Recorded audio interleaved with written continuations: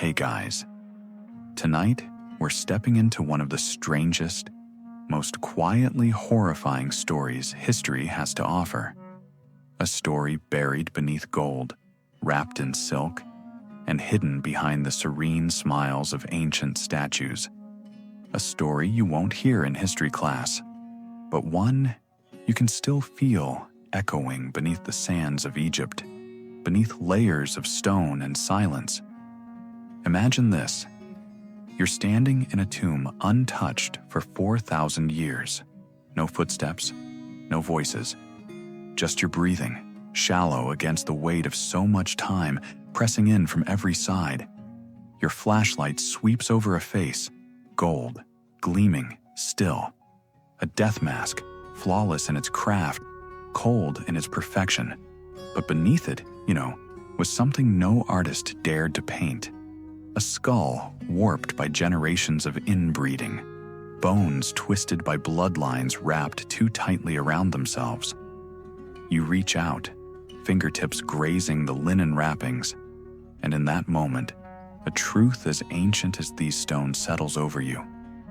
This boy didn't die by sword or sickness or accident.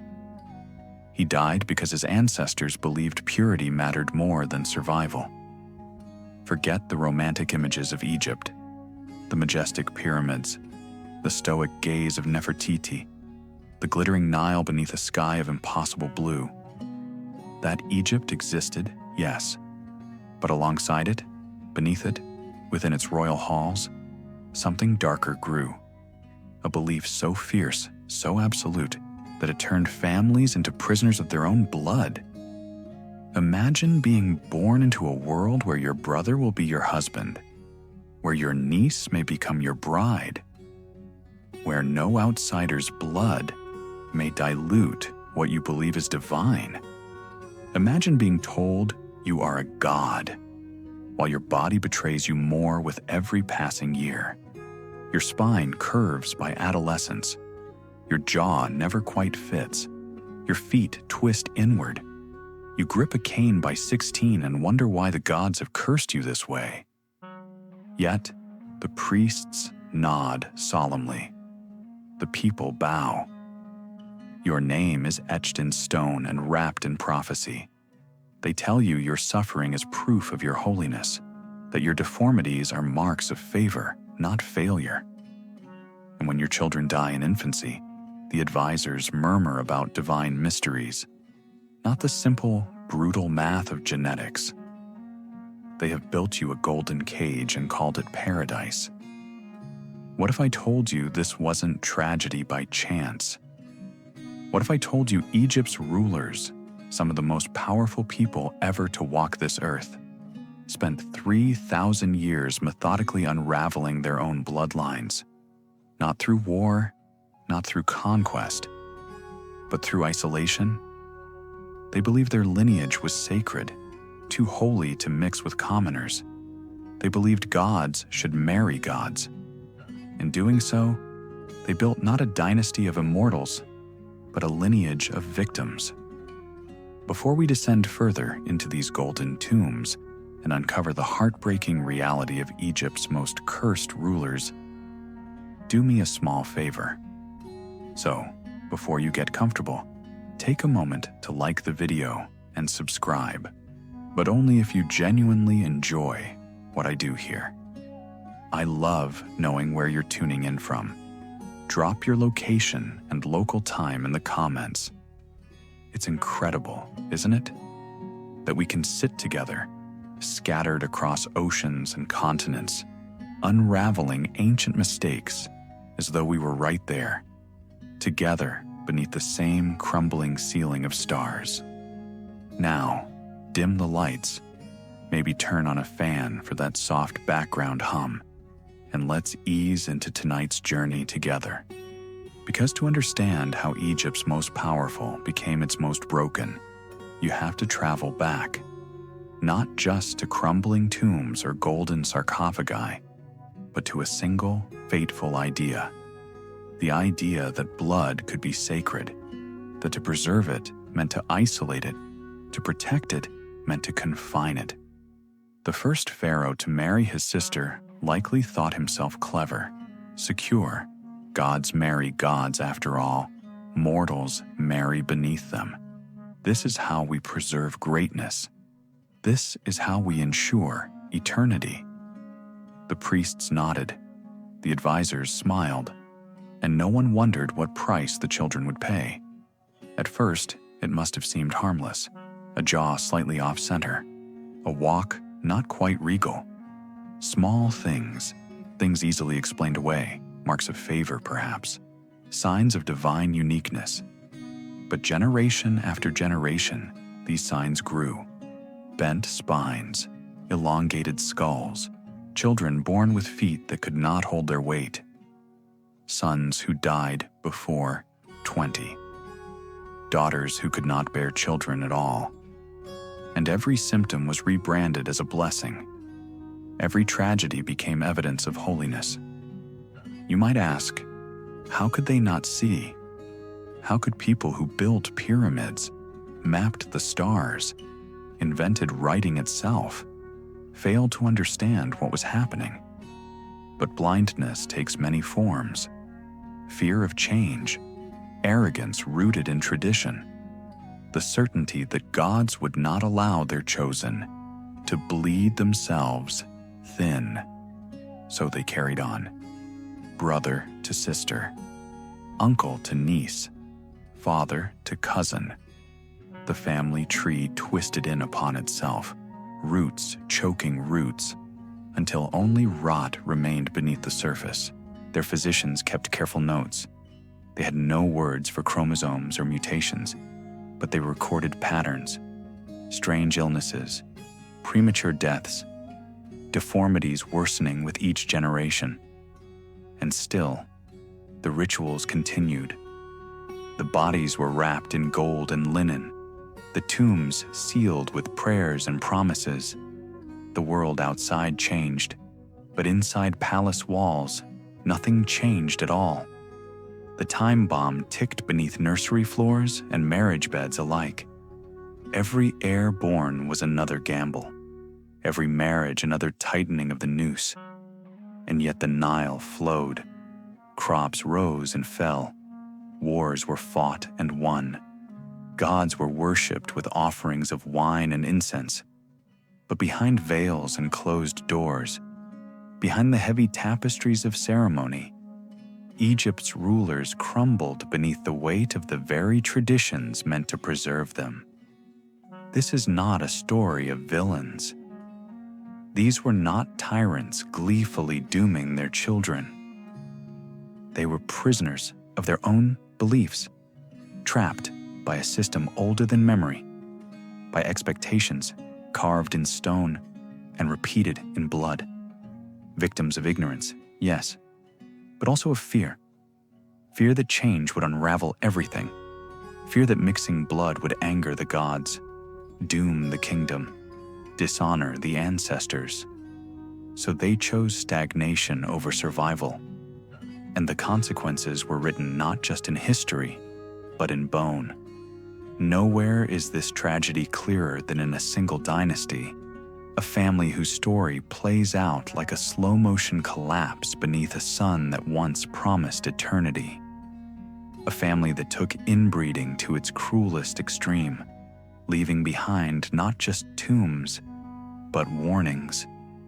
Bones speaking across millennia of the price paid when tradition hardens into cage bars. Their children's bodies told the truth no priest dared speak. Bent knees, curved spines, skulls stretched unnaturally beneath crowns too heavy to bear, lungs that could not draw breath. Immune systems that surrendered to fevers ordinary children survived with ease. Death came early, pain came often, and through it all, ceremonies continued. Gods were praised, bloodlines preserved. It wasn't just Egypt. Later, Europe would repeat the pattern. The Habsburg jaw, the madness of Spain's courts. Cousins married cousins. Weakness compounded until even kings could not sit a horse unassisted.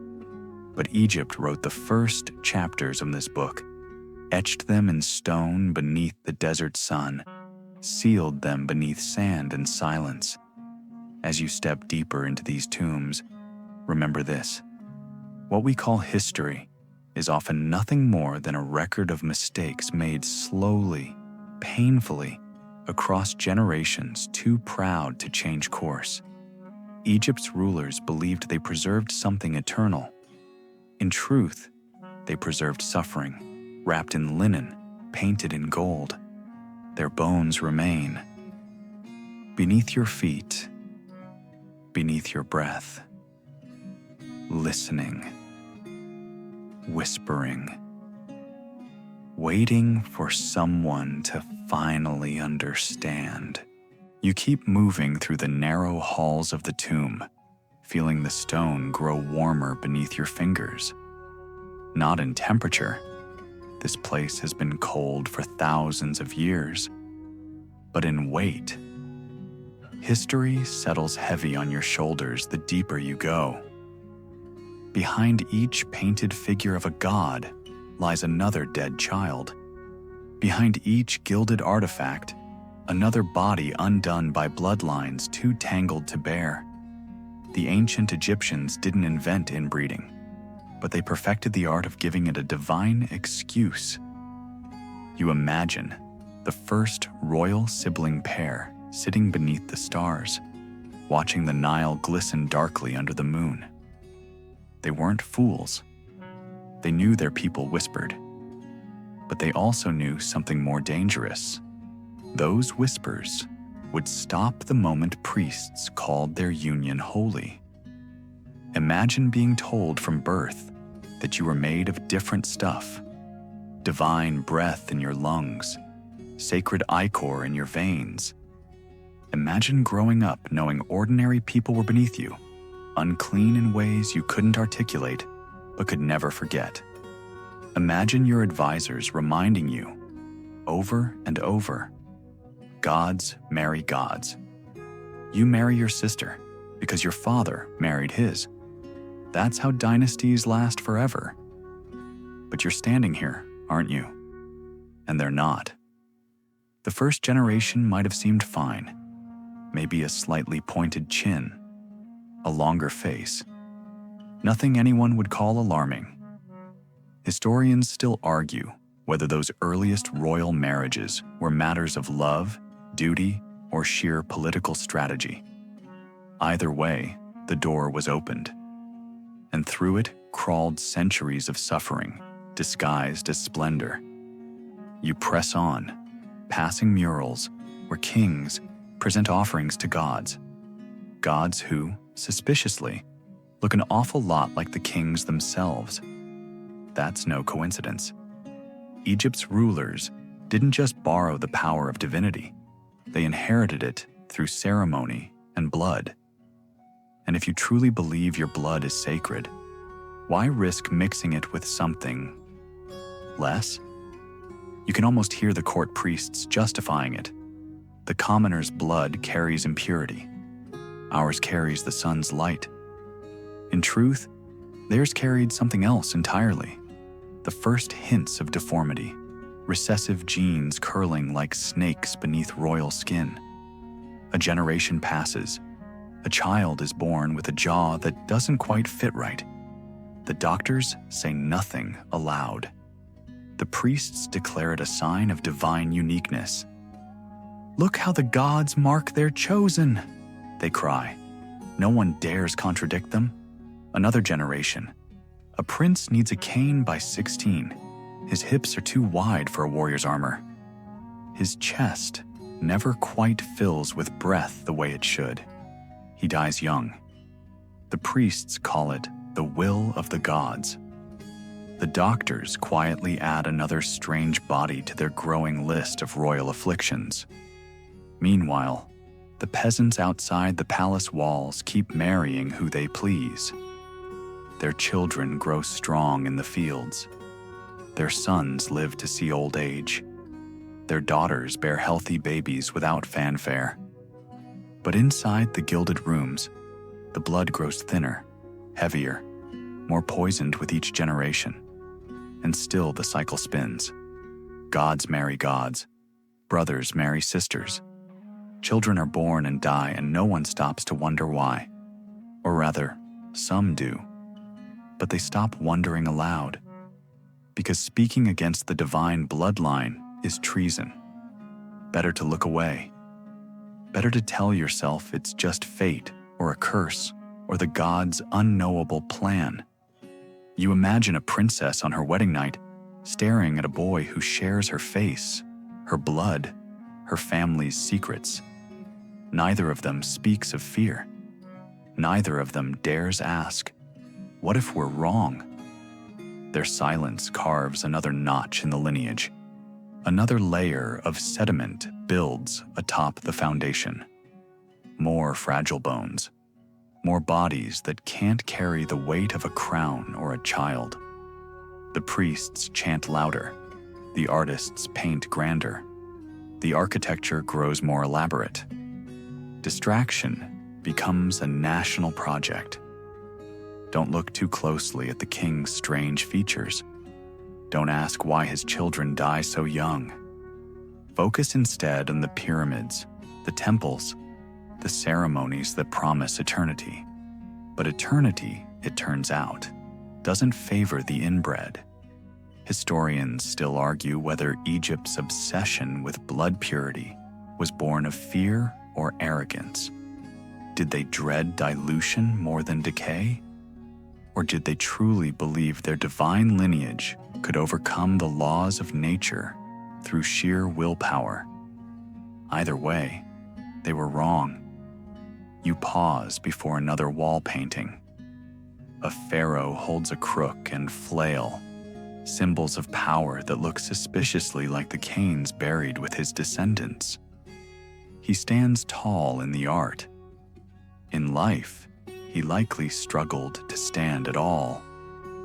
You wonder how many palace doctors recognized the pattern. How many nurses watched royal children fail to thrive and whispered warnings to one another in dark corridors. How many advisors knew but cared more for their positions than for the lives being gambled with each royal birth. You press on, deeper into darkness, deeper into truth. The deeper you go, the harder it is to believe anyone truly thought this could end differently. The signs were everywhere, painted on walls, wrapped in linen, etched in bone.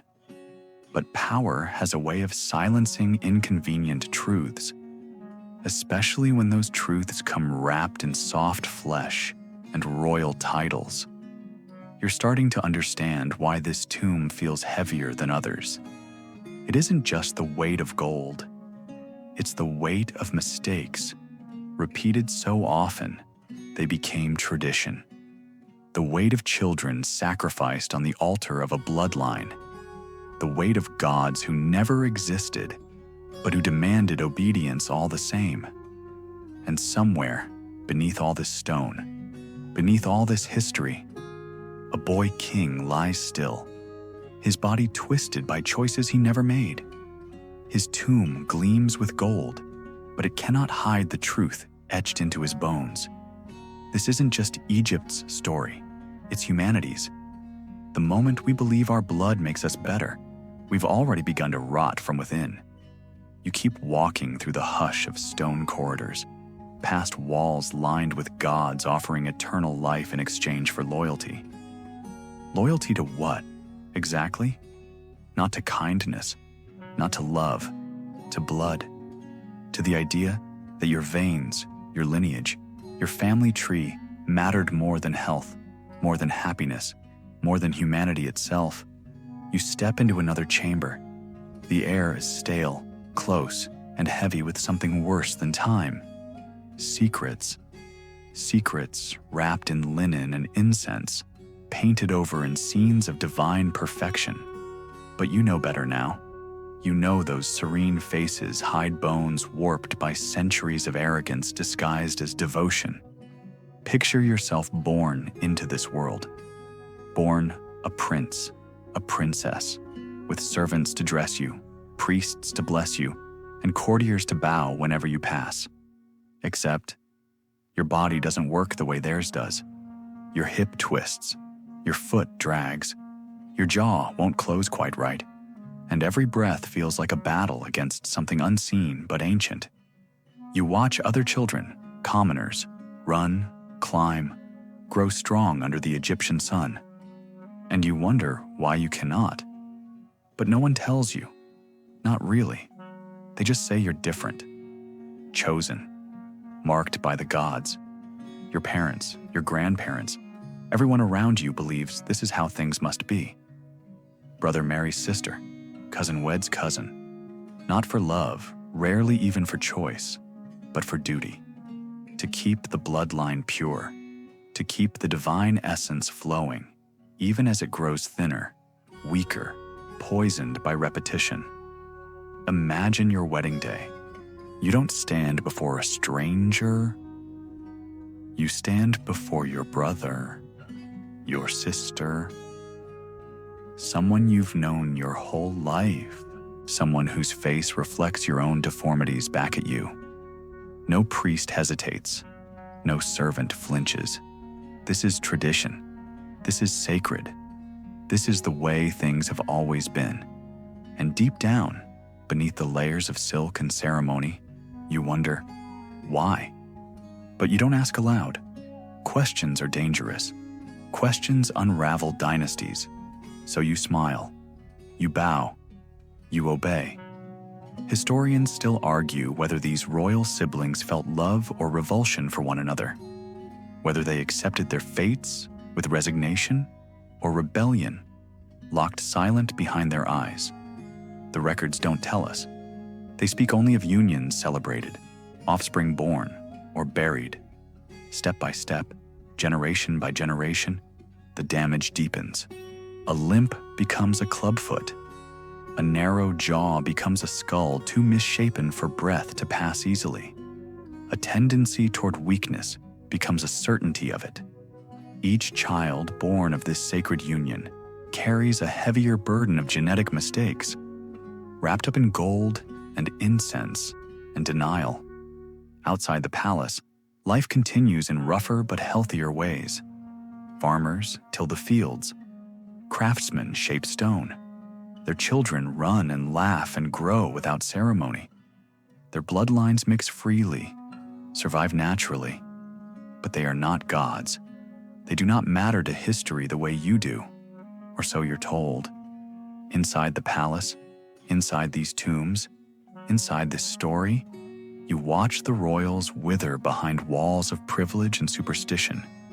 You watch them prop one another up, marry one another off, bury one another too soon. You hear the whispers behind silk curtains. The child is sickly. The prince does not walk well. The princess cannot bear children. And still, the cycle spins on. Brother to sister, nephew to aunt, cousin to cousin, over and over, as if sheer stubbornness could defeat nature itself. You picture a boy sitting alone in a golden room, his toys untouched because his hands cramp too easily, his legs ache too much. You picture a girl hiding from the sun because her skin burns too fast. Her eyes cannot bear the light. These are not gods. These are not monsters. These are children caught in a net. They did not weave, but cannot escape. Their ancestors meant well, perhaps. They wanted to protect what they thought was sacred. They wanted to preserve power, to keep divinity bottled up in blood, like wine in a jar. But wine turns, blood spoils, and bodies break beneath the weight of so many mistakes. Still, the priests nod, the advisors bow, the artists paint portraits of strength over bones too brittle to lift a sword. The people cheer for gods.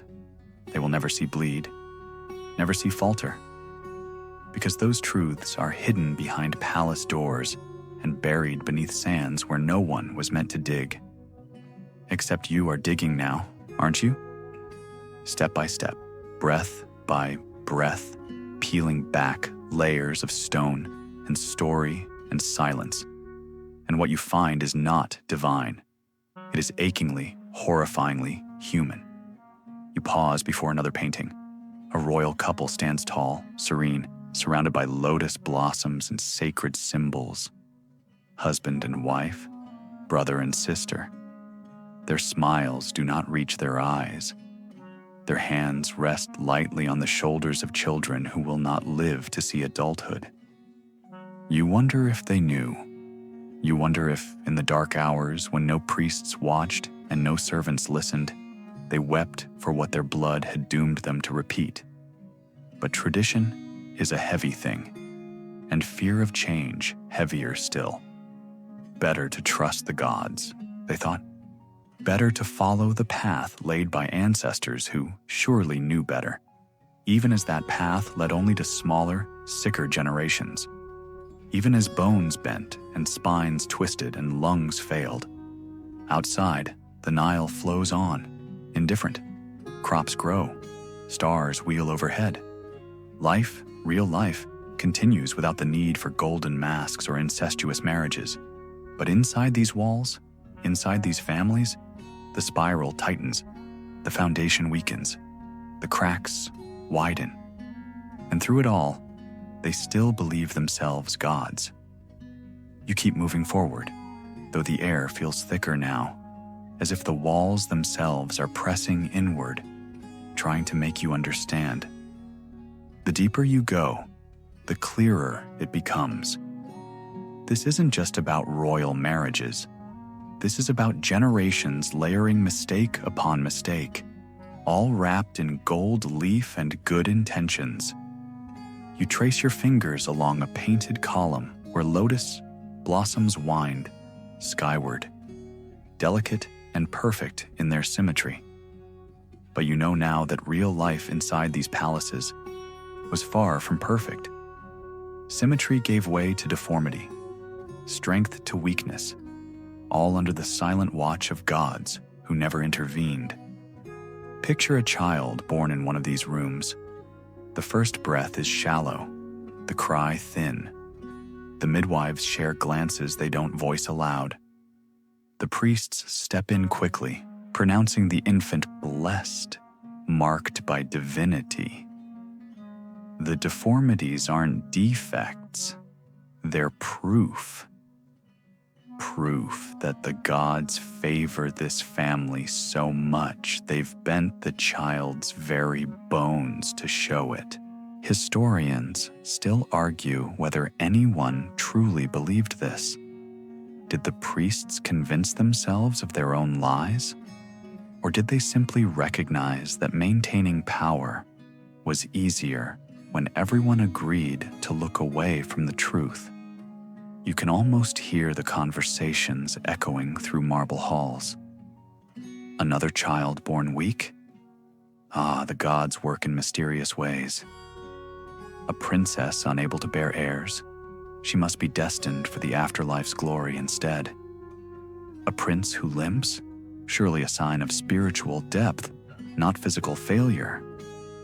With every generation, the signs became harder to ignore. Yet each time, they found ways to reinterpret suffering as sanctity. A clubfoot was divine uniqueness. A misshapen skull was a royal hallmark. Early deaths?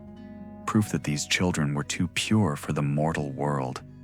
The sediment of suffering built slowly, layer upon layer. Like silt from the Nile, it settled quietly at first, barely noticed, easily brushed aside. But over time, it hardened into something no one could deny. A dynasty weighed down not by enemies or famine, but by its own blood. You imagine the palace physicians keeping their records in secret. Lists of symptoms they couldn't explain, treatments that never worked, bones that fractured too easily, joints that swelled without cause, fevers that burned hot and sudden, taking lives too young. The evidence stacked up like bricks in a tomb. But no one spoke of cause and effect. Not aloud, not where priests could hear. You step over a threshold worn smooth by time. Beyond it, a chamber painted with scenes of plenty, harvests, celebrations, children playing under the protective gaze of falcon-headed gods.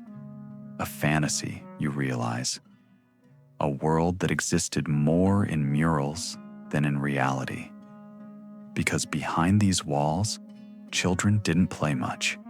They rested on cushions, wrapped in linen against the sun, watched over by nurses who knew better than to hope too much. Every cough could be a portent, every stumble a sign that another godchild would not reach adulthood.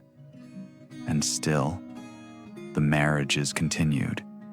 Brother to sister, uncle to niece, cousin to cousin, over and over, each union adding another drop of poison to the well.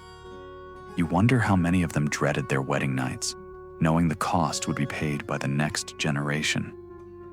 Did they look at their infants and pray the gods had spared them? Or had hope long since dried up, leaving only duty in its place?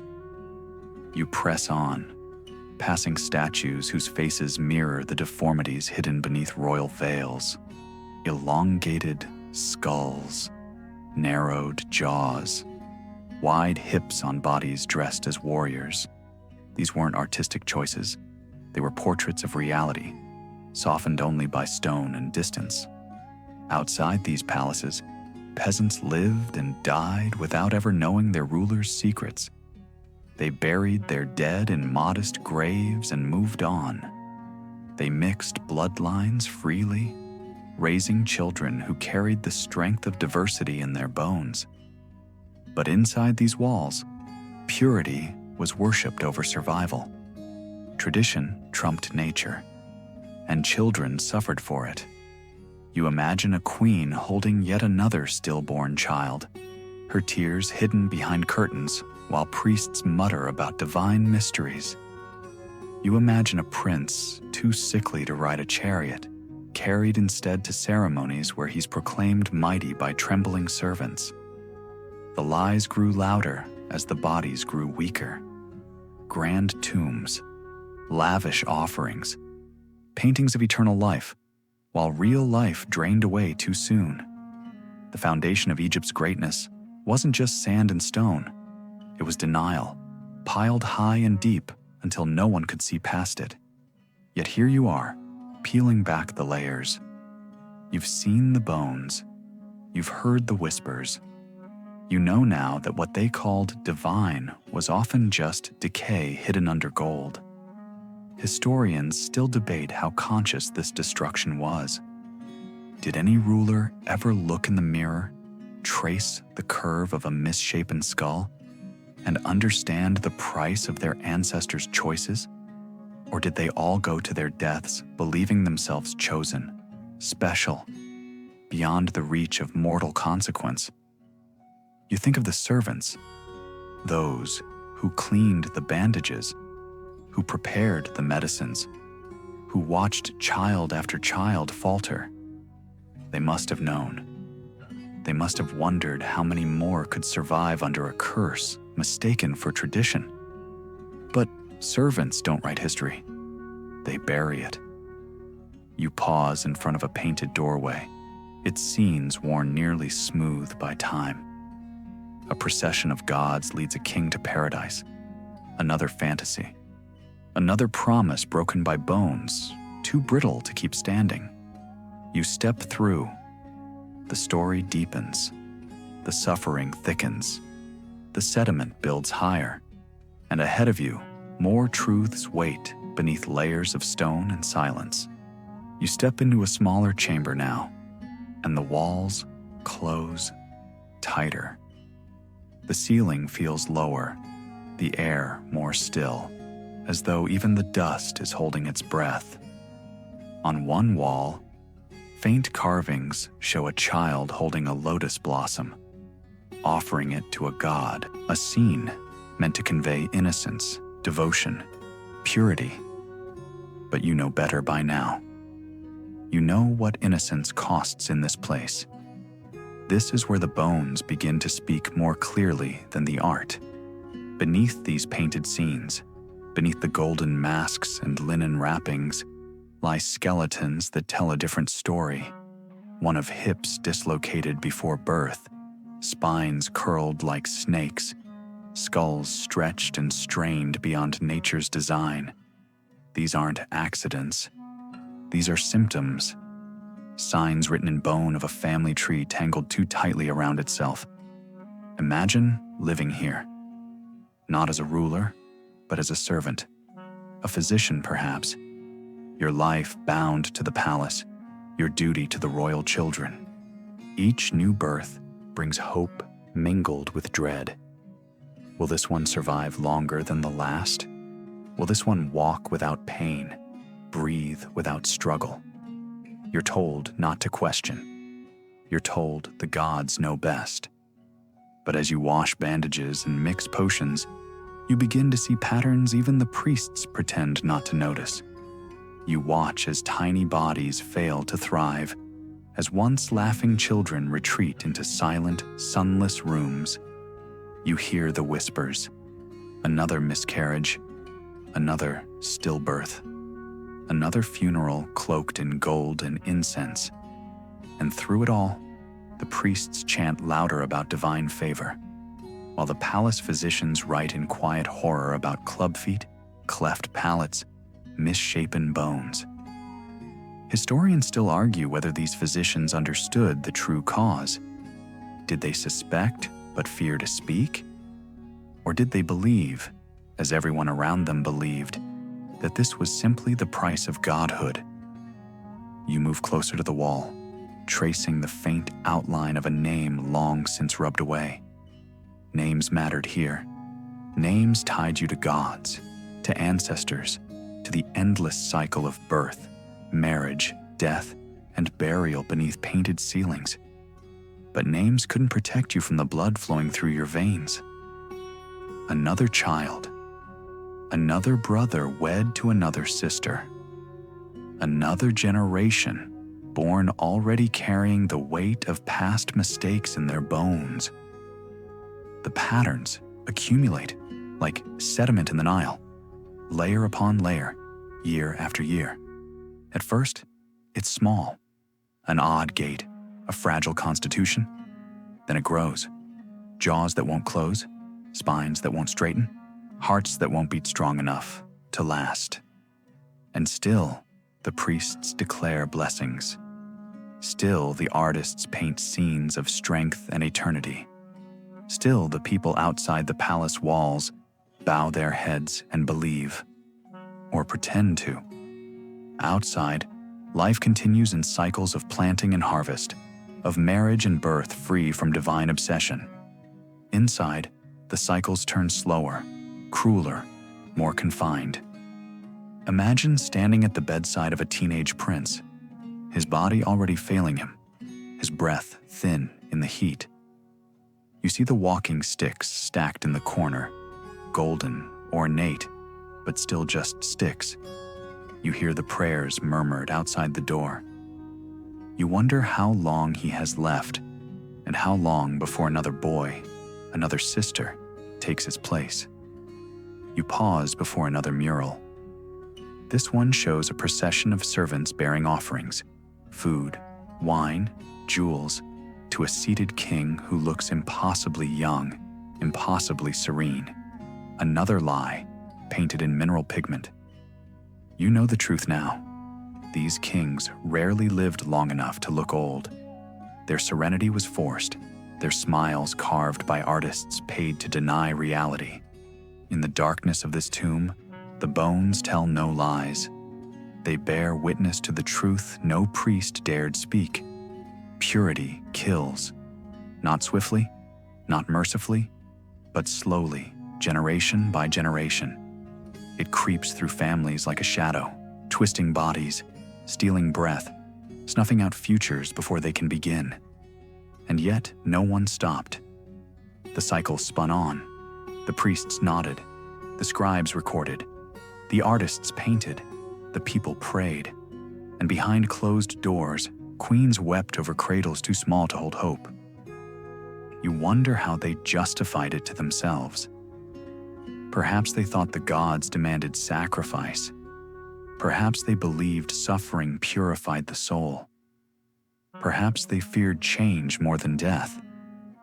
After all, tradition offers comfort even as it devours you from within. You move deeper, past alcoves where small statues huddle, household gods meant to protect against illness and harm.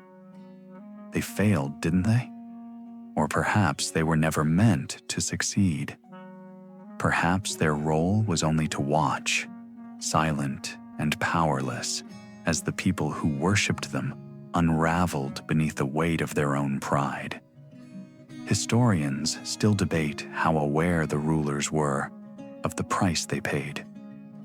Some records suggest attempts to marry outside the family, to bring in fresh blood through foreign brides. But these efforts were rare, fleeting, often undone by the next ruler's return to tradition. Better to marry a sister you trust than a foreign princess you fear. Better to keep the bloodline pure, even as it turns against you. You pause before another sealed doorway. Behind it, perhaps another body wrapped in gold, another child proclaimed divine, even as their bones broke beneath the weight of their ancestry. How many more lie hidden in the dark, waiting to tell the same story? You know now that these tombs aren't just monuments to power. They're monuments to fear, to the terror of losing what was never truly theirs to keep.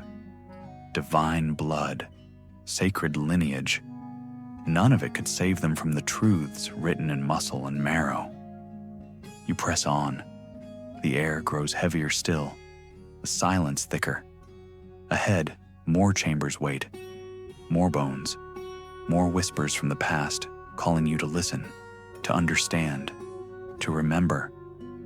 You pass beneath another low archway, your fingertips brushing faded symbols of eternity and protection. They failed, of course. Symbols cannot cure what is broken in the blood. They can only watch as each new generation repeats the same quiet tragedy. And now, you find yourself in a chamber unlike the others. The murals here don't hide the truth behind grandeur. Instead, they show something strange: elongated skulls, wide hips, soft rounded bellies on bodies labeled as gods and kings. This isn't an artist's mistake. This is history's one moment of honesty, pressed into plaster by a boy who could no longer pretend. His name is Akhenaten. You know it already, though not for this. He's remembered as the heretic king, the one who abandoned Egypt's gods and built a city in the desert for a son no one wanted. But standing here, you start to understand why. His rebellion wasn't just religious. It was personal, painful, born of a body shaped wrong by generations of brother-sister unions. Imagine being born into a palace of perfection, only to realize your reflection doesn't match the statues of your ancestors. Your skull stretches long beneath your hair. Your hips widen like a woman's. Your chest swells into curves your royal robes cannot hide. You are told you are a god, but you see yourself in polished bronze and wonder, what kind of god looks like this? Historians still argue whether Akhenaten's deformities were exaggerated by later enemies or faithfully recorded by artists, finally freed from convention. But you're standing beneath murals that make it clear. This king didn't hide his truth. He forced others to look at it. Picture a young boy wandering palace halls where servants avert their eyes, where priests whisper behind their hands. Picture him growing into a prince whose every step is measured, whose every breath seems a struggle. His siblings look the same: elongated heads, curved spines, bodies marked not by divinity, but by inbreeding. In another life, in another dynasty, He might have been hidden away, but here, now, he becomes Pharaoh, and with his crown comes the power to reshape not just Egypt's religion, but its art, its very image of beauty. If his body is a temple, then the gods must look like him. If his suffering is holy, then let the world see holiness as crooked, as soft, as strange. You run your hand lightly over a mural of his family. Nefertiti stands beside him, beautiful, yes, but also painted with the same long skull, the same odd proportions. Their daughters mirror them exactly. This isn't divine imagery. This is documentation disguised as devotion. Out in the desert, Akhenaten builds a city from nothing, a place where no old god's shadows reach, where no one questions the shapes carved into temple walls. Here, he says, we worship the sun directly. No more middlemen, no more priests clinging to power through bloodlines, just light and life. But isolation breeds more than revolution. In this new city, the royal family remains alone in their strange beauty. Their fragile bodies press deeper into the genetic mold their ancestors left behind.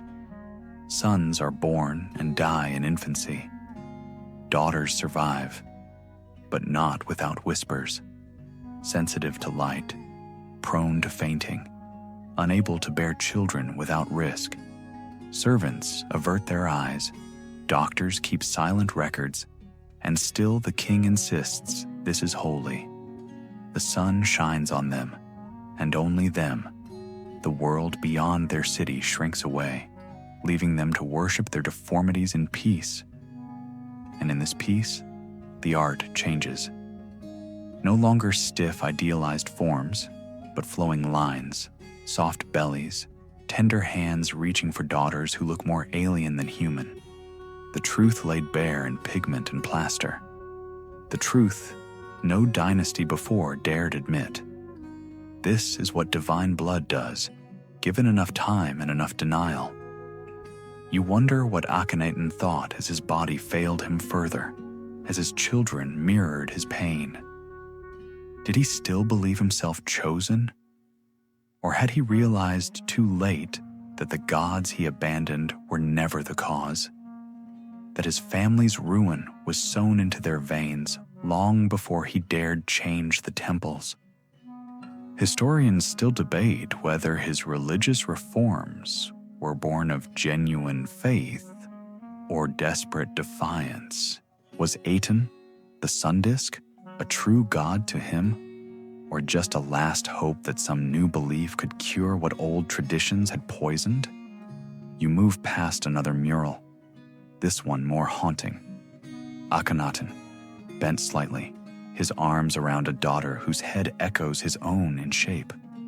A family portrait not of power, but of inheritance, of inevitability.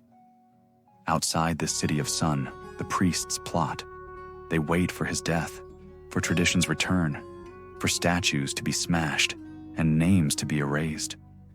But here, within these walls, he reigns still in paint and stone, a living monument to what happens when pride outweighs prudence, when faith replaces science, when family becomes a prison of blood, and when he dies, as all men do, God or not, the city crumbles behind him.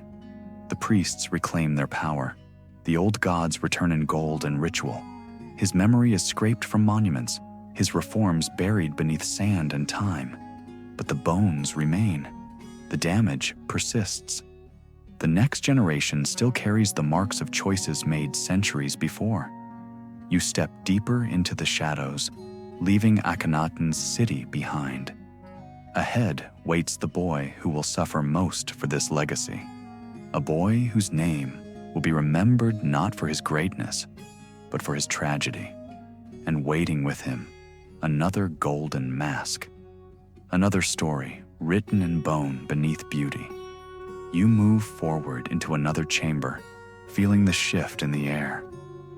Dust settles differently here, as if even time itself hesitates to linger. The walls show fewer gods now, fewer triumphs in battle. Instead, you see scenes of a palace surrounded by emptiness, an echo of the desert city Akhenaten, built and abandoned. This is the heart of isolation. Not just physical isolation in a sun-blasted capital, but genetic isolation too.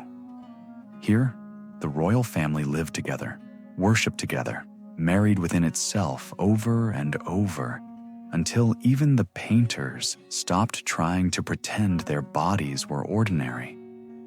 You picture life inside these palace walls. Days spent beneath painted ceilings, servants moving quietly through rooms where no one dares speak the obvious aloud.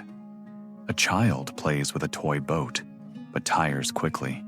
His legs ache, his breath catches, his skull too heavy for his neck. A daughter sits in the sun, her skin pale, her bones fragile beneath layers of linen. They are watched, adored, feared, pitied, but never questioned. Outside, Egypt's people toil in fields and markets, their children running free beneath the same sun these royal infants cannot bear. But here, inside these golden cages, the blood thickens with each generation's mistake, and no one stops the spiral. Not the priests, who have returned to their old gods and old comforts. Not the advisors, who count inheritance above health. Not the family itself, too steeped in tradition to imagine escape. You pass a mural where Akhenaten's daughters dance for their father beneath the rays of the Aten sun, hands raised in worship. They look almost joyful until you notice the tilt of a neck, the bend of a spine. Art captures what words would not dare say aloud. This bloodline is breaking. And so, when Akhenaten dies, young, weak, a body undone by the choices of ancestors, he leaves behind not a legacy of faith, but a lineage teetering on the brink. His daughters remain. His wife fades into history, her fate debated endlessly by scholars. His sons, if they lived, died too young to matter. And in his place rises another boy, already marked by the same inherited curse. You think of the physicians preparing him for kingship. They wrap his fragile limbs in linen, brace his legs with carved canes, teach him how to walk just far enough to appear strong in public. They know better than to speak the truth aloud. His body tells it well enough. Historians still debate whether Tutankhamun's reign was ever truly his. Did he rule, or did others move his hand? Did he understand the weight of his ancestors' choices, or was he too busy surviving day by painful day to care? You step closer to a painted scene of the boy king enthroned. His face is calm, his posture stiff. Behind him, priests and courtiers bow low. Before him, offerings pile high, symbols of strength, fertility, eternity. A bitter joke, given what you know now. Behind this serene facade stood a boy who couldn't cross a room without assistance, who couldn't stand for long without leaning on something or someone. In this desert city, isolation grew thicker than the heat. No fresh blood entered these halls. No foreign brides softened the lineage. Only siblings and half-siblings, cousins and nieces, tangled together until names lost their meaning beyond the bonds of blood and repetition. You picture the boy's daily routine. Doctors adjusting his braces, servants carrying him when the ceremonies stretched too long, whispered prayers for strength he never found, ritual baths for purification, while his joints ached with swelling and weakness. Behind the gold and incense, a child struggling just to draw breath, and yet the tomb prepared for him gleams with treasures meant to declare victory over death. Chariots he could never ride, weapons he could never lift, thrones too heavy for a body that could not sit unaided. Over 130 walking sticks, some plain, some gilded, none symbolic, all necessary. These were not tools of power. They were tools of survival, of masking weakness beneath ceremony, of pretending the divine blood still held strength enough to rule. You wonder if he understood. If, in quiet moments beneath the desert stars, he cursed the lineage that made him both king and prisoner, or if he believed, as he was taught, that his suffering was holy, his deformities proof of closeness to the gods. Did he dream of children who might be spared his fate? Or did he know, as surely as the sun rose, that his half-sister wife carried the same flawed blood in her veins? Historians still argue whether love played any role in these unions, whether duty crushed affection beneath the weight of expectation. But the tomb holds answers more honest than words. Tiny mummies, wrapped and silent, buried with him, children born dead or too fragile to live. The final echo of a curse, too long ignored. You pause beside a faded doorway. Beyond it, the story continues, but for this moment, you linger. Because here, in this room, the isolation feels complete. A family trapped not by enemies or fate, but by its own refusal to change. Akhenaten's city crumbled. His gods fell silent. His reforms vanished beneath the sands. But his bloodline lingered just long enough to carve one final tragic chapter beneath a golden mask. And ahead, waiting, the boy king himself. His story written not just in legend, but in every fragile bone beneath his wrappings. You move deeper into silence now, stepping carefully through doorways made for processions long stilled. The air is heavy with old incense, faded to a ghost of itself. Ahead waits the boy king's final resting place, a space small, almost cramped for someone considered divine. But kingship doesn't bend to comfort, and neither does death. Imagine being born knowing you're a god, but living each day in a body that betrays you. Tutankhamun didn't walk like a god. He stumbled. He leaned on canes. He wore sandals specially made to fit feet twisted by clubfoot, a spine warped by scoliosis, a chest too narrow to draw deep breath. You picture him at 9, crowned pharaoh, draped in linen too fine to hide the trembling of his knees. Servants stand ready, eyes averted not out of reverence but out of pity. Priests chant of divine strength while carefully positioning him so he doesn't fall during the ceremony. Behind every golden statue, behind every offering, there's a quiet, desperate effort to keep the illusion alive. Egypt's gods still walk among men, but you know now that's a lie. Historians still argue whether he ruled at all or merely signed what priests and viziers placed before him, whether his brief reign mattered politically or was simply a necessary pause between more powerful men's ambitions. But his body tells a truth no inscription dares admit. Step closer to the golden artifacts surrounding his sarcophagus. They weren't chosen for symbolism alone. The chariots he could never ride, the bows he could never draw, the armor he could never wear, tools of war placed beside a boy who spent more time with physicians than generals. Over 130 walking sticks, buried with care.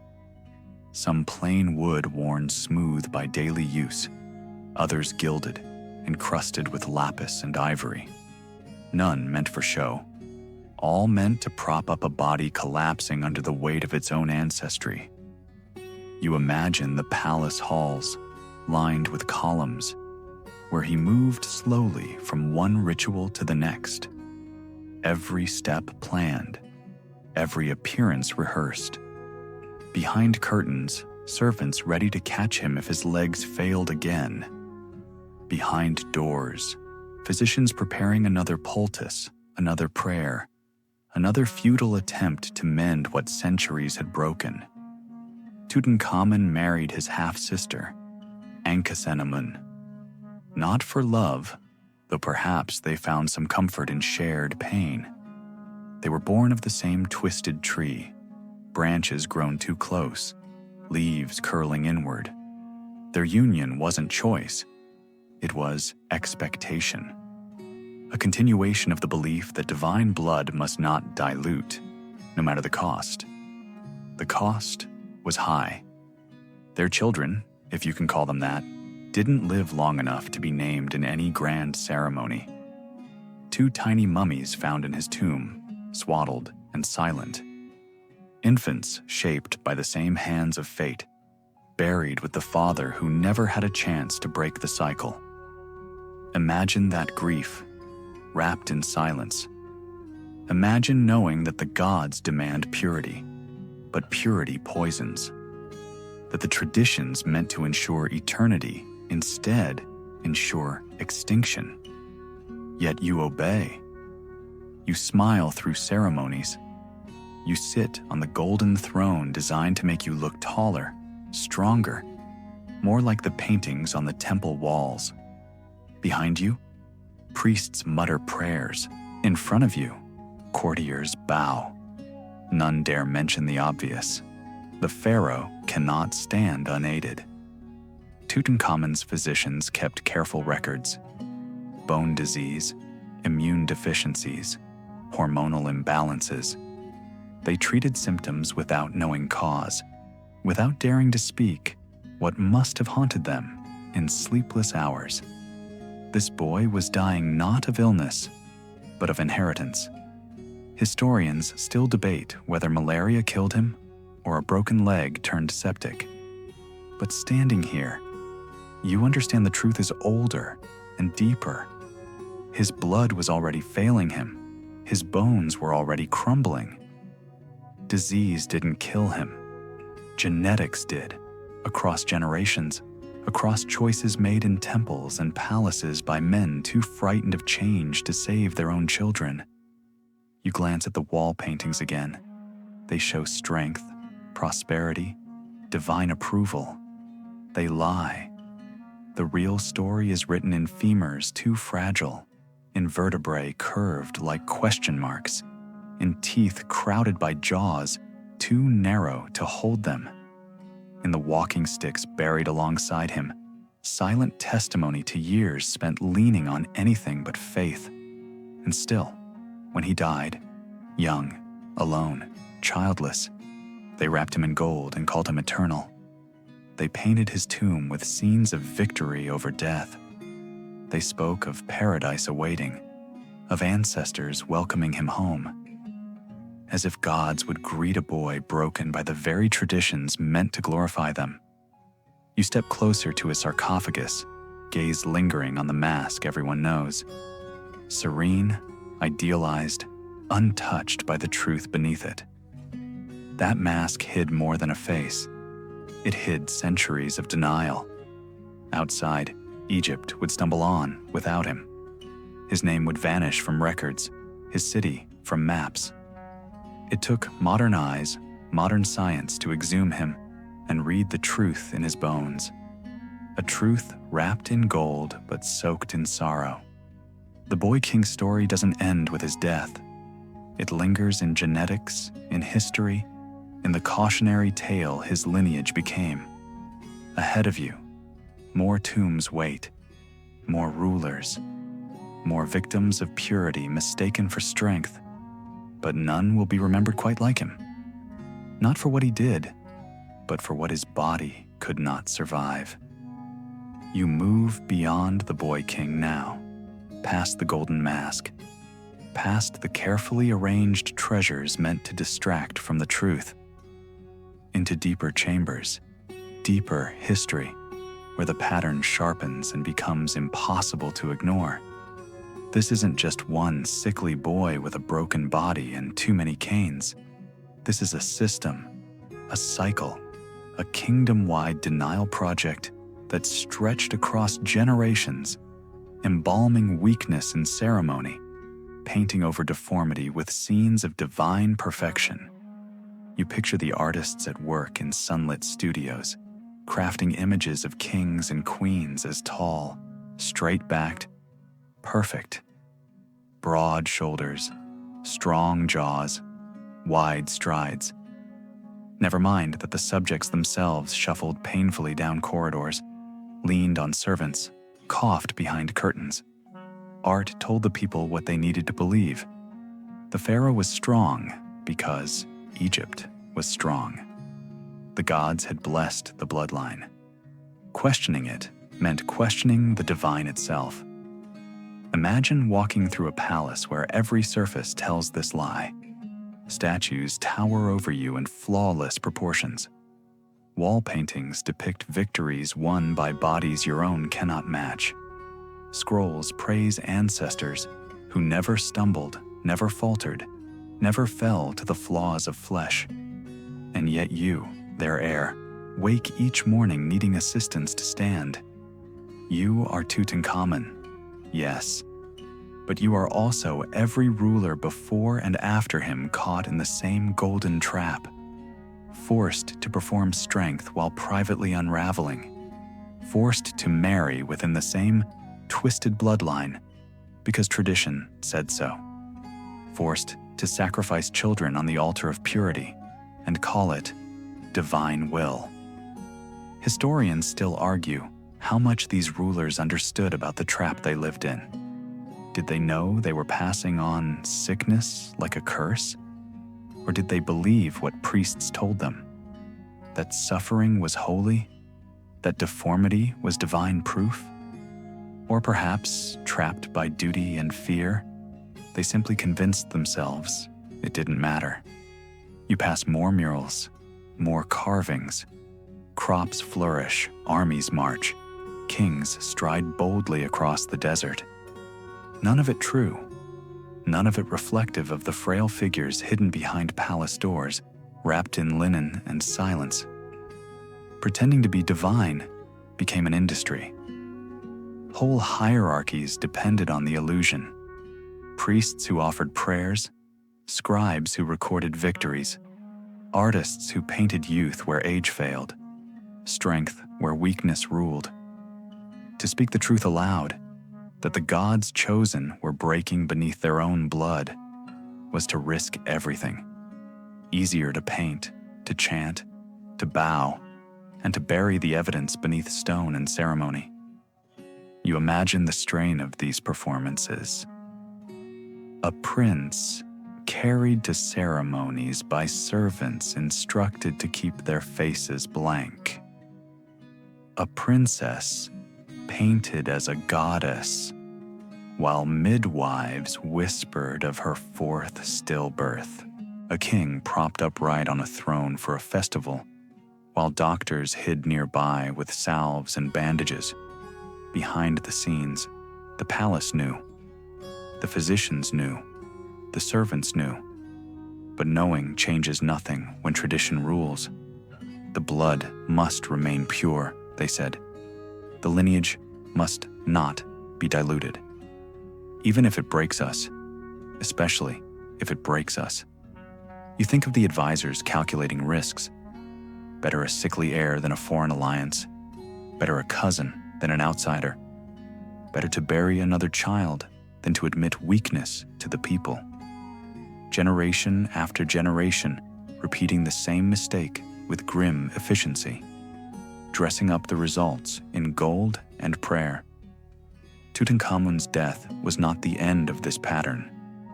Other rulers followed, some healthier, briefly, thanks to fleeting moments of genetic luck or foreign wives. But the cycle always resumed. Purity demanded it. Tradition enforced it. Fear sustained it. Outside the palace, the people endured, built monuments, fought wars, worshipped gods they would never see. Inside, the royal family shrank into itself, fewer and fewer branches on the family tree, names repeating like a chant. Brother, sister, cousin, niece. You pause beside a carving of Osiris judging souls, a feather weighed against a heart. Justice, truth, balance. You wonder how these rulers thought they would fare under such scales. Did they truly believe their sacrifices were noble, their suffering earned them favor? Or did they fear what waited beyond death more than what haunted them in life? Historians still debate whether the priests believed their own myths or simply played their part, whether anyone ever tried to break the cycle, or if each generation was too steeped in its own denial to see a way out.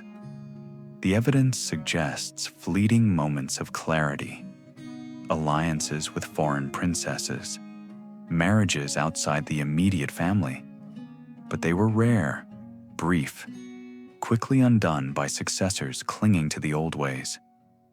You step through another doorway into deeper silence.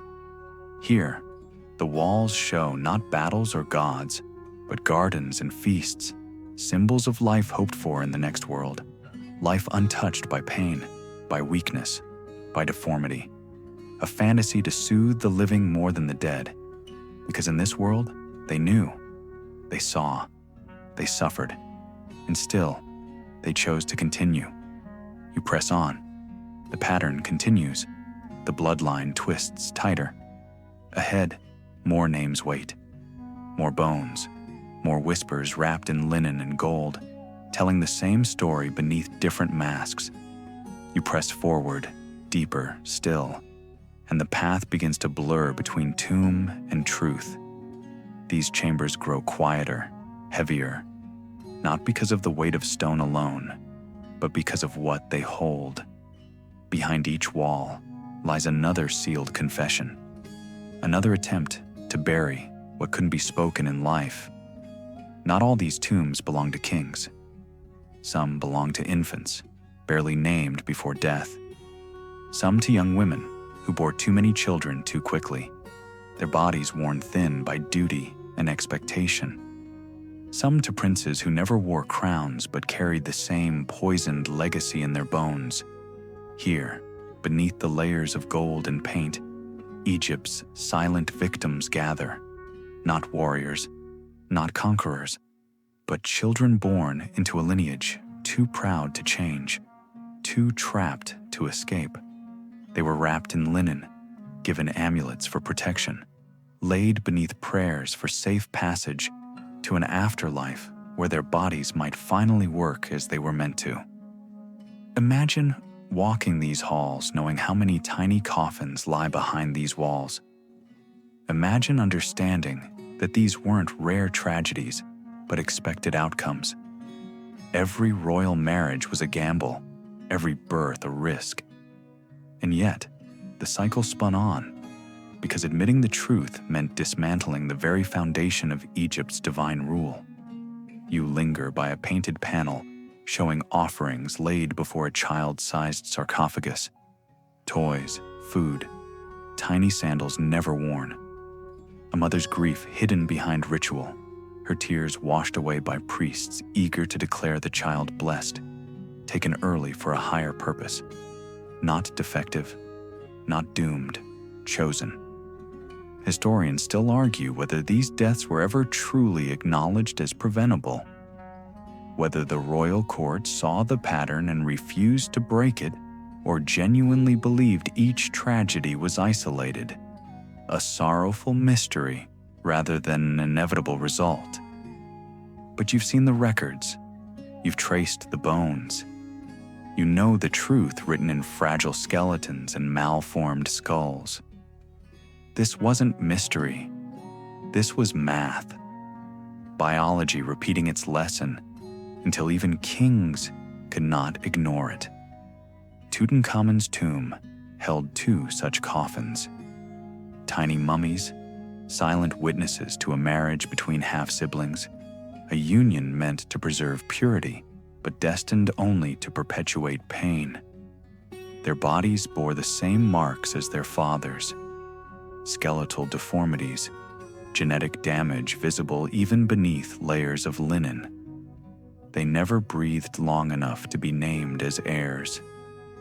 You imagine the queen, Ankhesenamun, standing in the quiet after their deaths, alone in her palace, surrounded by servants who offered comfort without words, by priests who muttered of divine plans while she bled out yet another future. Did she know? Did she hate the tradition that demanded she wed her brother? Or was she simply too bound by duty to question it, even as it broke her heart again and again? Beyond these tombs, the priests continued their chants, the artists painted their lies, and the advisors plotted their alliances. The machinery of Egypt's power didn't pause for grief. A pharaoh? Dead? Crown the next. A child lost? Try again. Always forward. Always into the same darkness. You picture the tomb builders sealing these chambers, pressing plaster into cracks, painting over sadness with symbols of eternity. Another life safely hidden away. Another proof of failure disguised as sacred preservation. The tombs filled, the lineage thinned. Still, they told themselves it was worth it. Out in the fields, peasants buried their dead, with less ceremony, but more honesty. They mourned and moved on. Their children grew strong, played beneath the sun, mixed bloodlines freely without thought of purity or tradition. They built Egypt's monuments, fought its wars, filled its granaries. They survived. Inside the palace, survival became a luxury fewer and fewer children achieved. The blood grew weaker, the bodies more fragile, the risks too great to speak aloud. And still the priest declared the lineage divine, the traditions holy, the suffering necessary. Historians still debate whether there were moments of doubt, moments when a mother or father looked upon a sickly child and thought, enough. Moments when someone considered marrying outside the family, breaking the cycle for the sake of health, if not for love. Records hint at such possibilities. Alliances nearly made, foreign brides considered. But they were rare, and usually undone by successors determined to restore the old ways. You pause before another sealed doorway. Behind it, perhaps, another child lost too soon. Another life wrapped in gold and linen, hidden beneath prayers that could not change what blood had written. These tombs are not monuments to victory. They are monuments to denial, to fear, to the terrible weight of tradition carried too long by bodies, too weak to bear it. You step back into the corridor, the walls pressing close once more. The path ahead leads deeper still, into dynasties that learned nothing from those who came before. More names etched in stone, more bones curled beneath gold, more lives spent pretending gods could save them from themselves. But even here, beneath layers of sand and silence, the truth waits. Written not in hieroglyphs, but in femurs and skulls, in miscarriages and stillbirths, in the aching emptiness of chambers meant for children who never learned to walk. You press on. The story continues. The pattern persists. The bloodline bends closer toward collapse. Ahead, more tombs, more names, more sorrow buried beneath painted promises of eternity. You step forward, and with each breath the air grows thinner, more ancient, as if you're descending not just through stone but through layers of human stubbornness. Ahead of you, the carvings change. Less grandeur now, fewer scenes of gods and afterlives. Instead, the focus shifts. Maps of conquests, names of foreign kings, marriages etched into stone to secure power. You know what's coming. A new dynasty. A new attempt to start over. But the past isn't so easily left behind. Imagine Egypt after Tutankhamun. His tomb sealed, his name erased from public records, his legacy brushed aside as though the problem died with him. Yet the priests still whisper about divine blood. The courtiers still arrange marriages with cousins and sisters. No one speaks of the two tiny mummies buried in silence. The cycle breathes on, even in shadows. Enter Alexander the Great, a conqueror who doesn't speak Egyptian, but understands power well enough to respect appearances. He doesn't erase Egypt's gods. He adopts them.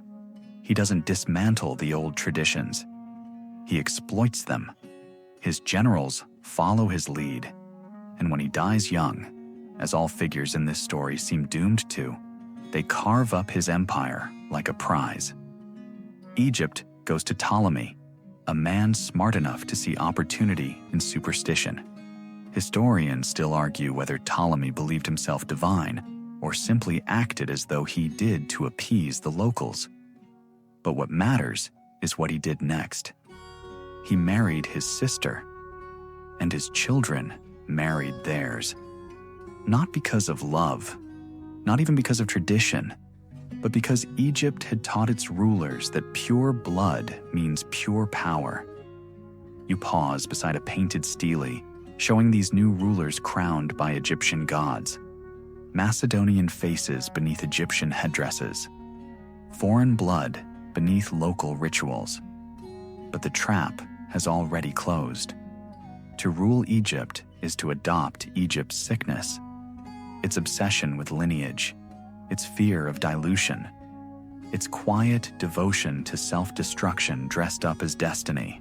Imagine the palace now, not sandstone, but marble, not pharaohs, but kings and queens with Greek names and Egyptian titles.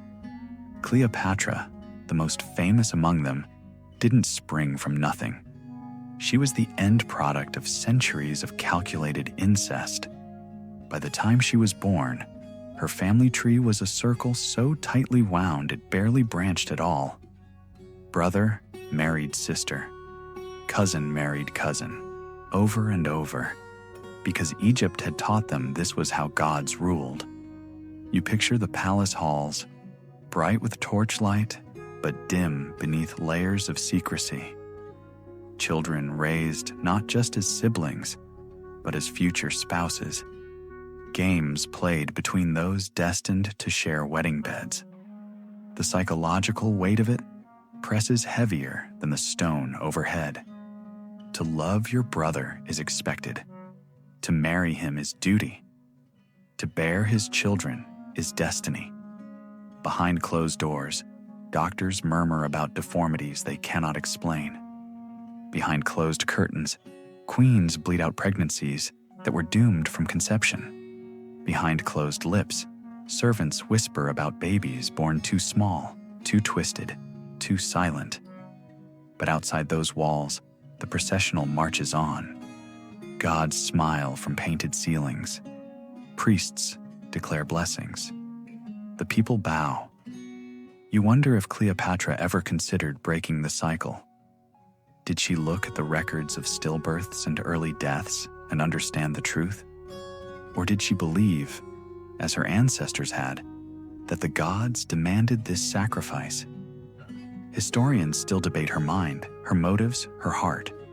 What's clear is that she sought something new. Roman blood, Caesar's child, Antony's heirs, not for politics alone, but perhaps, deep down, as an escape hatch from generations of inbreeding, a new branch on a tree grown brittle from repetition. But fate, as always here, had other plans. Her children by Rome didn't survive long, not on thrones at least, not as rulers. And when she died, whether by asp or dagger or poison, she closed the chapter on Egypt's last great genetic experiment. A dynasty destroyed not by enemies alone, but by the belief that blood could be perfected through isolation. Outside this tomb, the Nile flows on. Rome rises. Egypt becomes a province, not a power. But inside these walls, the pattern lingers in bone and blood, in silent chambers filled with small coffins and hollow names. You pass another mural, this one worn almost smooth. A queen offers incense to a god who looks suspiciously like her brother. The gods demand purity. The people obey. The children suffer. The cycle repeats. Historians still search these tombs for answers, for proof, for understanding. But you know already what they'll find. Bones telling stories no inscription dared. Skulls shaped wrong, joints twisted, hearts stilled too soon. Names erased by time, but bodies that cannot lie. You press on. The pattern stretches ahead, long after kings and queens turn to dust. Ahead waits more silence, more lessons ignored, more generations who believed themselves divine until nature reminded them otherwise. You press on, deeper through the corridors where Egypt's strangest, saddest family trees stretch their shadows across the stone. The names here are no longer wholly Egyptian. They are Greek now: Ptolemy, Berenice, Arsinoe, Cleopatra. Yet the pattern stays unchanged beneath the foreign syllables. Brother marries sister, cousin marries cousin, over and over. The language of the rulers changes, but the sickness beneath their skin remains stubbornly the same. You pause beside a painted frieze where siblings hold hands not as children, but as husband and wife. You try to imagine what it meant to grow up this way.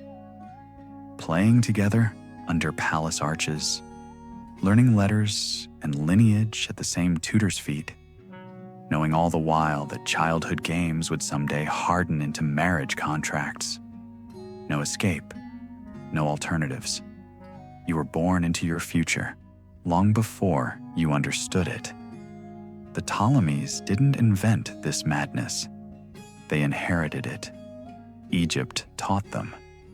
Egypt's priests nodded solemnly as Greek kings wrapped themselves in linen and gold, called themselves gods, and married their sisters to keep divine blood pure. Purity over health, lineage over survival. You think of Cleopatra, not the Hollywood version, not the painted seductress on coins, but the real woman shaped by generations of inbreeding. Born into a labyrinth of family ties, so knotted that cousins were siblings, and siblings were spouses, and nephews were also sons. By the time she wore the crown, her bloodline resembled a spiral staircase turning ever inward. Historians still argue about Cleopatra's appearance. Was she truly beautiful? Probably not by modern standards. Generations of inbreeding rarely leave behind symmetrical faces or flawless features. More likely, she carried the same markers her ancestors bore. Sharp noses, heavy jaws, weak chins, bodies shaped by genetics rather than desire. What she had, indisputably, was brilliance. A mind sharpened by necessity, trained in languages, politics, survival. Picture her walking these halls, aware of her family's past, watching nieces and nephews falter under the same inherited burdens. She speaks 9 languages, but cannot speak freely about the price her bloodline has paid for tradition.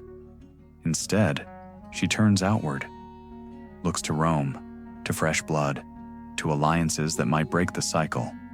Julius Caesar, Mark Antony, not just political partners, but genetic lifelines. New fathers for new heirs. A chance, perhaps, to breathe air not thick with history's mistakes.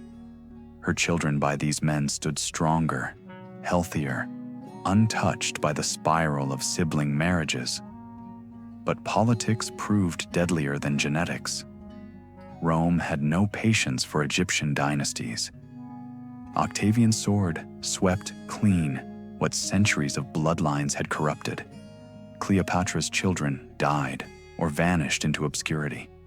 Her hopes for a new beginning ended as hers had begun, in entanglement, in loss, in silence beneath stone.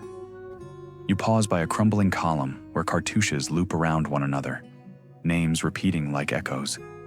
Ptolemy, Cleopatra, Arsinoe, Ptolemy again.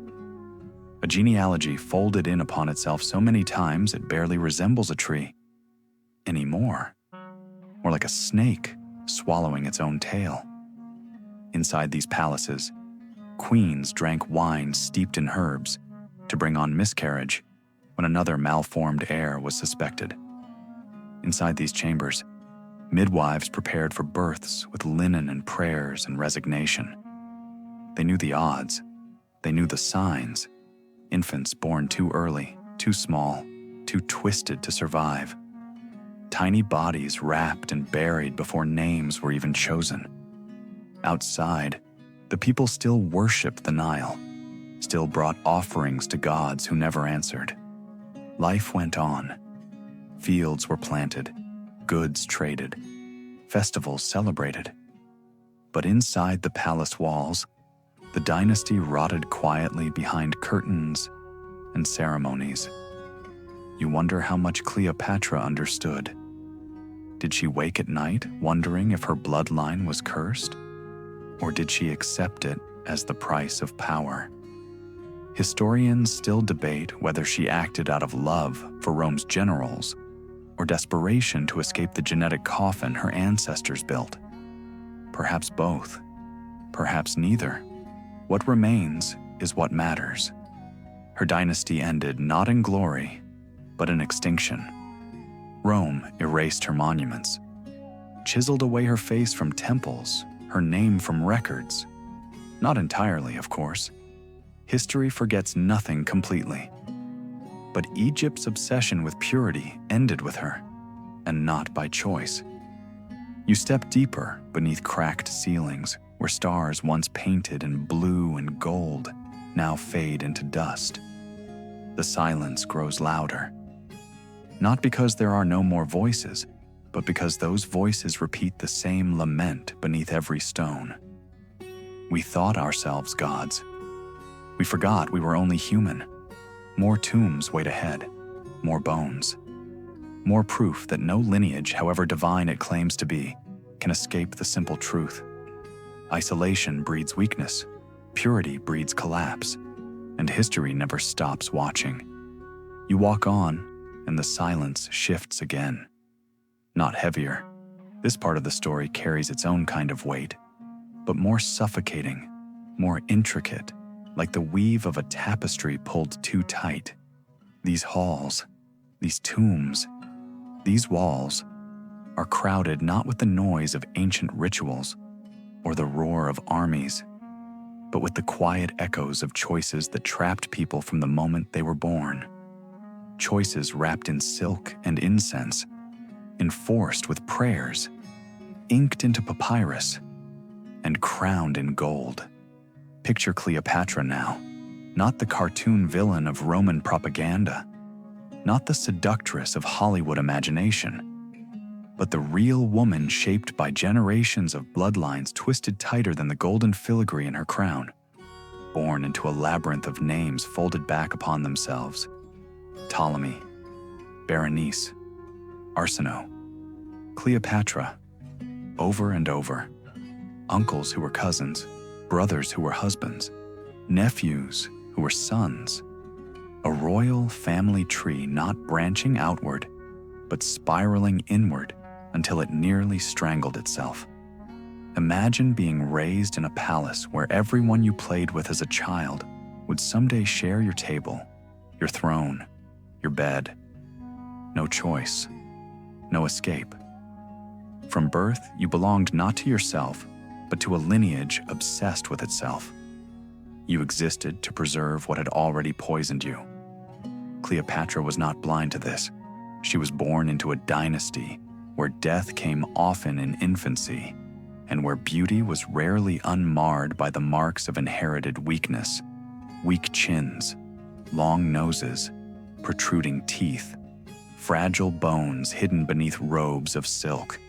Historians still argue whether she inherited these features herself. Ancient coins show a woman with sharp features, an uncompromising gaze, a nose more hawk than dove. What matters is not whether she was beautiful. What matters is that she was brilliant. She spoke 9 languages in a world where most rulers struggled with 2. She read philosophy and wrote treatises. She ruled a crumbling kingdom with wit, cunning, and ruthless practicality. While her ancestors preserved bloodlines, she preserved power. She understood Egypt was no longer the center of the world. Rome was. And so she turned outward, beyond her poisoned family tree, seeking alliances not just in politics, but in flesh. Julius Caesar, Mark Antony, men whose bloodlines traced not in spirals, but in conquest. These were not just lovers or allies. They were the promise of children born free of the Ptolemies' genetic curse. Stronger sons, healthier daughters, a future unbound from Egypt's past. You pause in a corridor where a fading frieze shows a queen offering incense to the gods. The image feels hollow now. The gods had long since stopped listening, or perhaps they never listened at all. Behind that painted serenity lay generations of dead infants, of heirs too weak to rule, of queens who bled out in childbirth again and again. Behind those serene eyes lay exhaustion no ceremony could hide. Outside these tombs, Egypt's people planted fields, baked bread, lived lives untouched by royal burdens. They mixed blood freely. Their children grew strong, married across villages, built futures from diversity. Inside these marble halls, the royal family shrank into itself, each generation smaller, weaker, more haunted by the past. Historians still debate Cleopatra's motives. Was it ambition that tied her to Rome, or desperation? Was she playing the final hand of a dynasty too long in decline, or trying to save her children from inheriting not just a throne, but a curse? Caesarion, her son by Julius Caesar. Alexander Helios, Ptolemy Philadelphus, her sons by Mark Antony. Selene, her daughter. Children born of new blood. Not siblings, not cousins. Children who might break the cycle. But Rome had no patience for Egyptian experiments in salvation. Caesarion was hunted and killed. Antony's sons vanished into exile, married off into obscurity. Selene was given away like a prize, sent to marry into a different kind of lineage. Her fate tied not to Egypt's gods, but to Rome's politics. You pause beneath a cracked column where cartouches loop around one another, names entwined like ivy choking a crumbling wall. Ptolemy, Cleopatra, Arsinoe, again. A genealogy turned Ouroboros, devouring its own tail. You wonder if Cleopatra saw it as clearly as you do now. If, as she watched her children carried off, her empire dissolved, her city burned. She understood how this story would always end. Did she press the asp to her skin in defiance, or in weary surrender? Historians argue over method, but the motive seems clearer. Better to die on her own terms than live paraded in chains through streets that would never understand her story. Better to end it than to watch her children swallowed by the same hunger for power that destroyed generations before her. You walk beneath ceilings where stars once shone gold on deep blue paint. They fade now into dust. The silence here is not peace. It is aftermath. The priests still burn incense somewhere far above, but their prayers no longer reach these depths. The people still offer food to statues, but the statues cannot answer. The bloodline is broken, not by gods, not by curses, by its own hand, by its own pride. Outside, Rome rules. The Nile flows on. Egypt survives, but is history now, not empire. These bones beneath your feet whisper the truth to anyone who listens. Purity breeds collapse. Isolation invites ruin. Blood remembers long after names are forgotten. You run your hand along the wall, tracing faint grooves where once proud words declared eternity. Those words crumbled with the bodies they praised. What remains now is only this: a lesson written in bones, carried forward so others might not repeat the same spiral.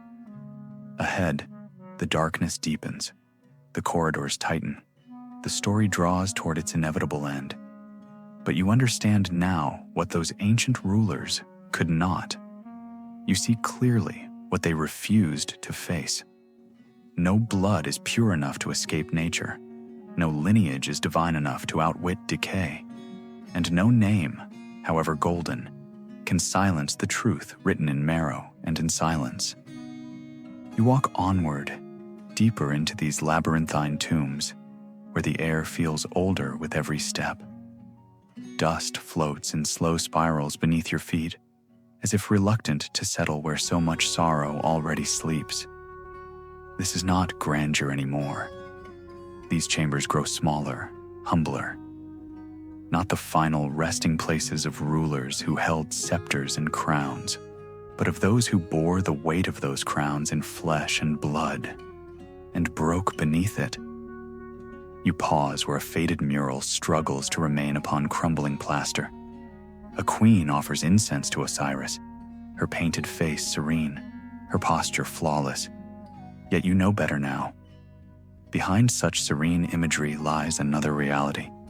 These queens, these mothers, these daughters were vessels for a bloodline that grew more fragile with each generation.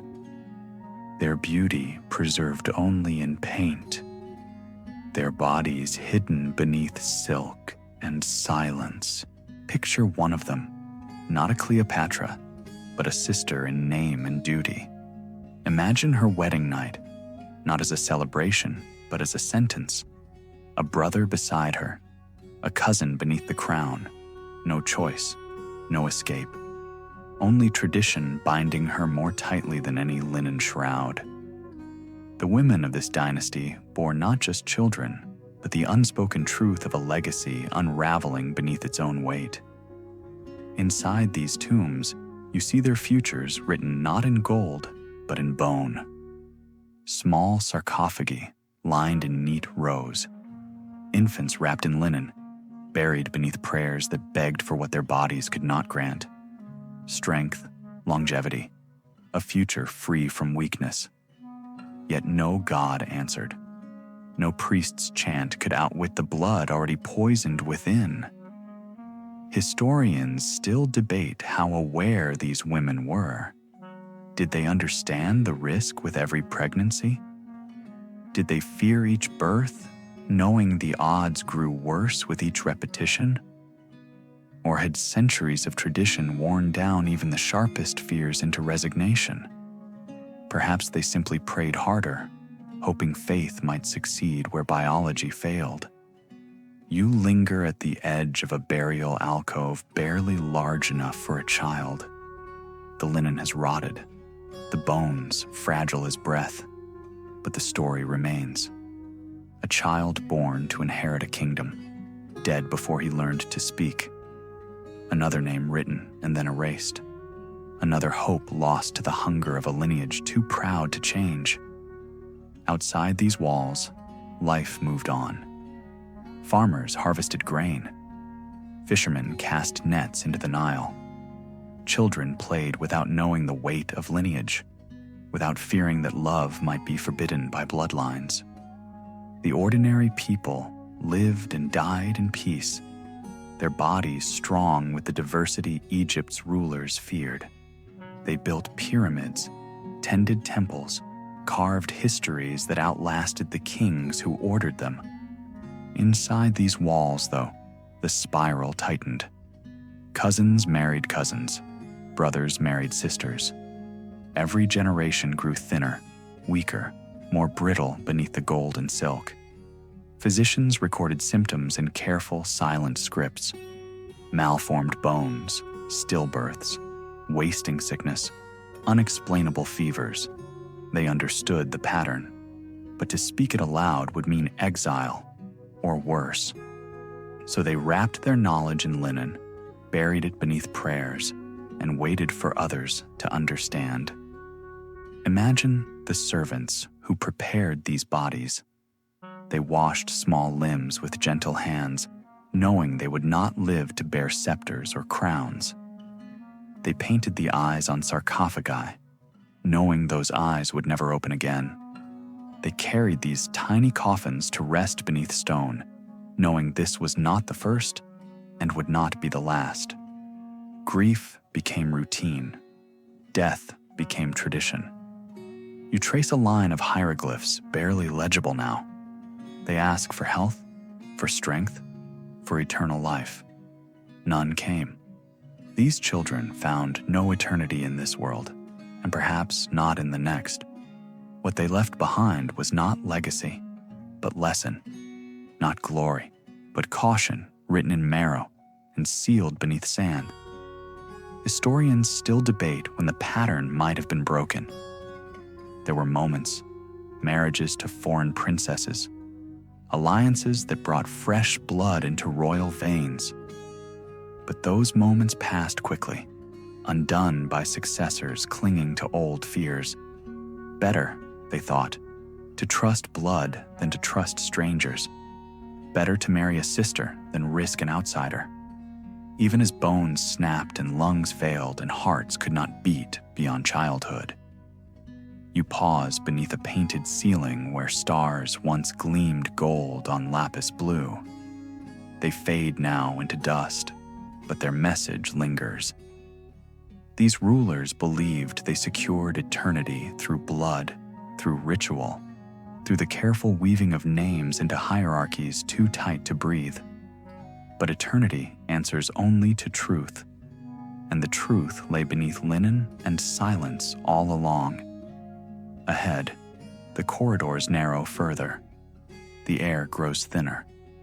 The silence presses in tighter, not with threat, but with the slow, heavy inevitability of history repeating itself until there is nothing left to repeat.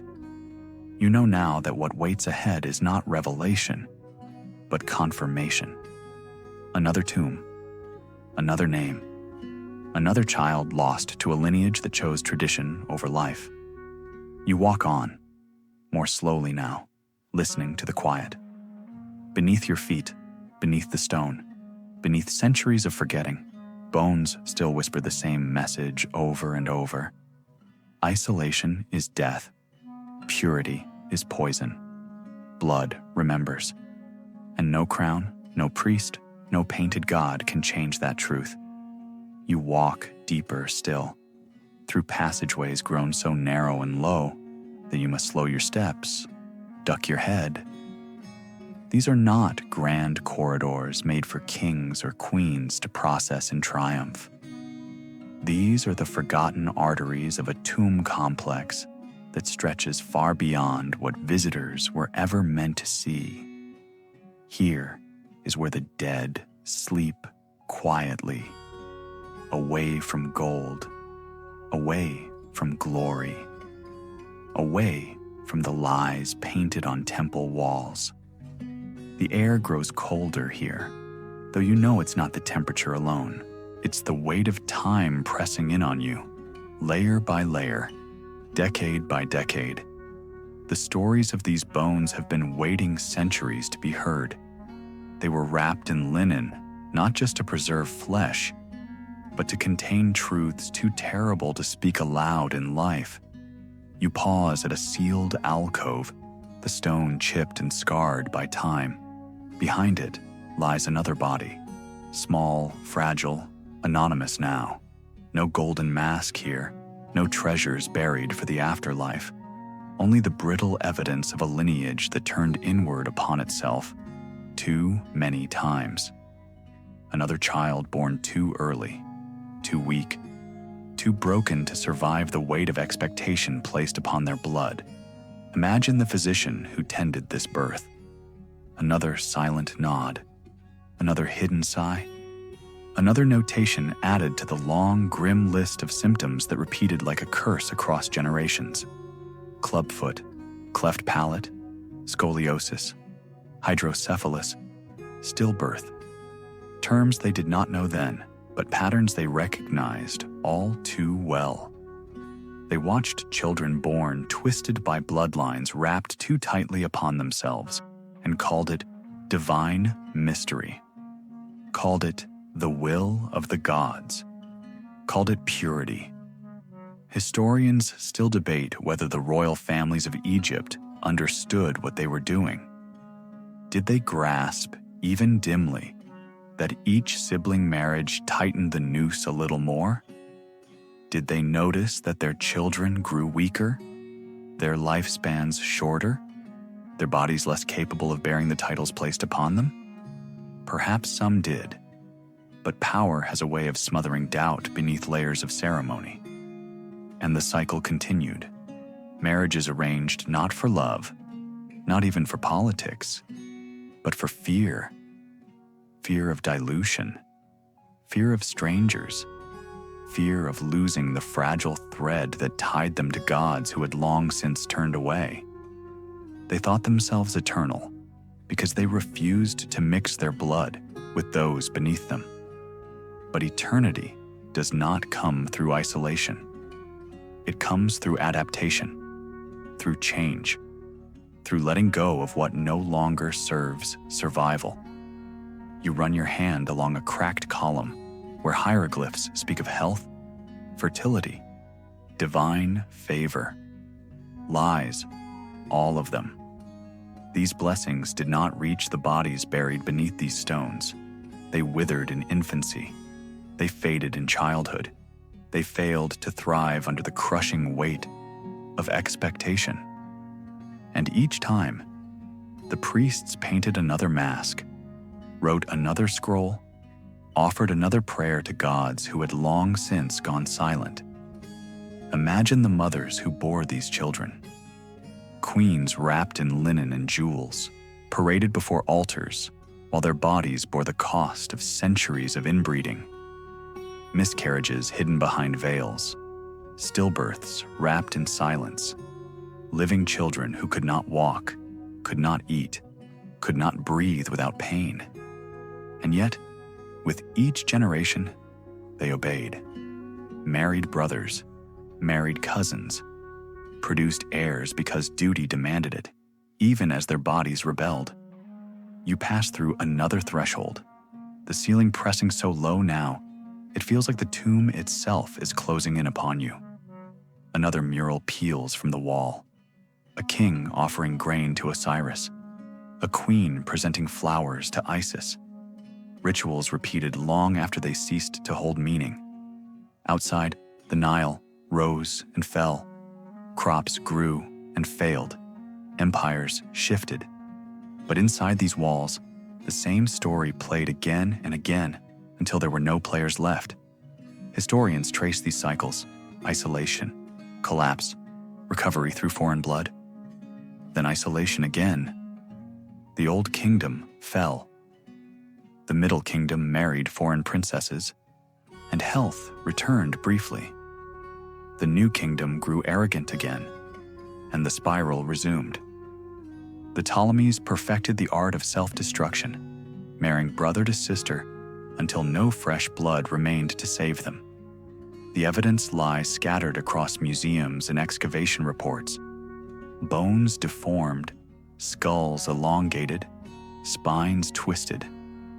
The human body telling truths no priest dared record. You think of the servants who carried these tiny coffins to their rest, the midwives who prepared these fragile bodies for burial. They knew. They saw the truth in limbs that would never walk, in lungs that never filled, in hearts that stopped too soon. Yet they said nothing. Survival demanded silence. And now, the silence is all that remains. It hums beneath your feet. It presses against your ears. These tombs are full of echoes, not of voices, but of patterns repeating until nothing is left to repeat. Ahead, one final chamber waits. the spiral tightens to its end. The bones tell the same story, over and over. Isolation is death. Purity is poison. Blood remembers, even when names are forgotten. You step forward, slower now, not in fear, not in reverence, but in acknowledgement. The past cannot touch you here, but it can warn. It can teach. It can whisper from the dust beneath your feet what no scroll ever dared write. Humanity cannot outwit nature, not with gold, not with ritual, not with lineage.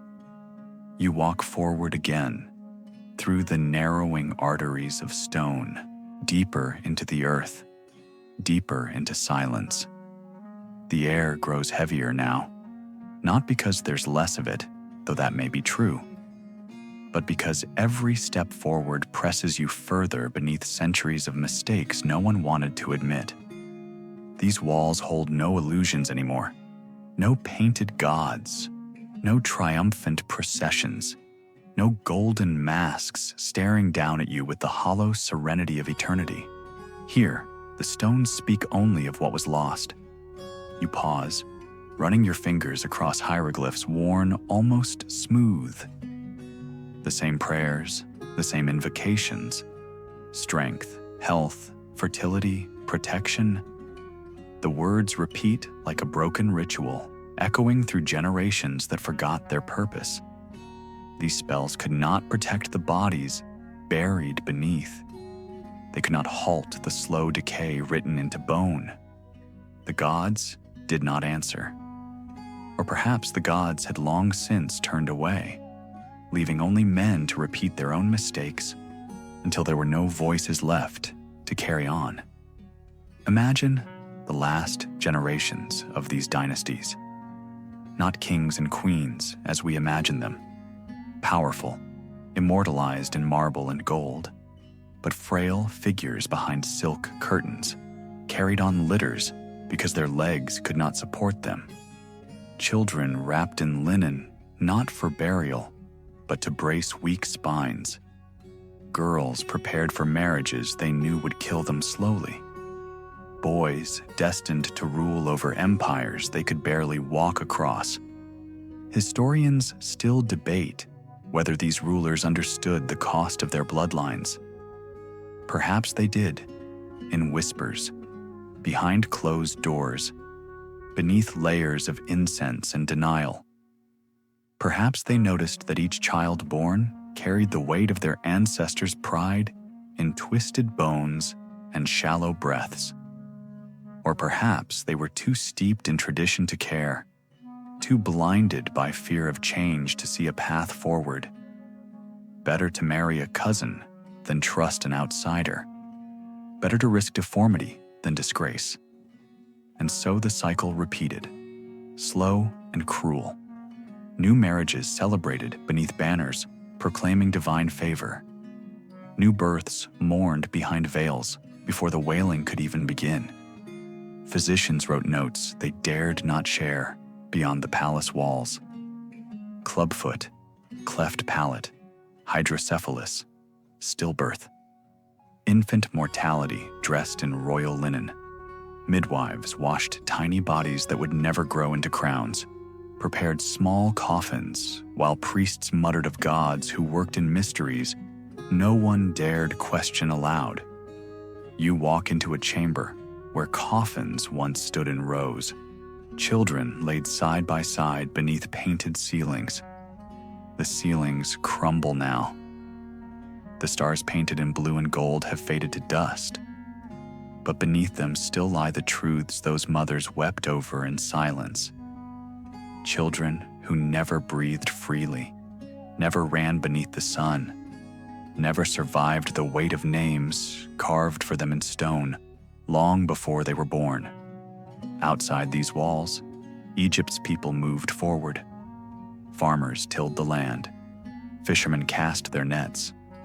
Merchants traded along the Nile's winding path.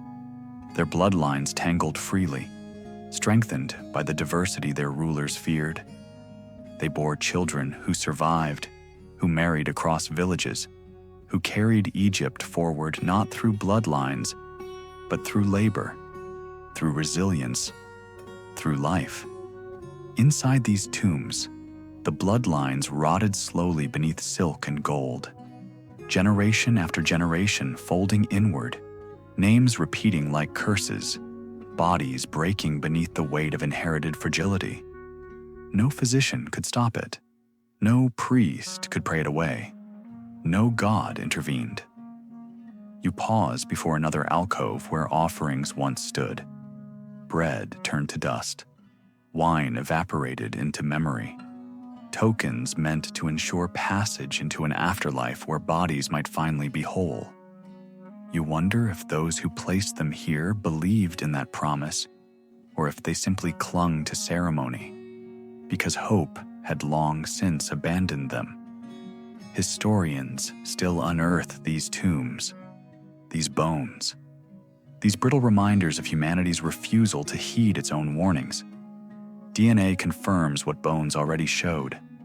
Isolation leads to weakness. Inbreeding compounds mistakes. Purity breeds collapse.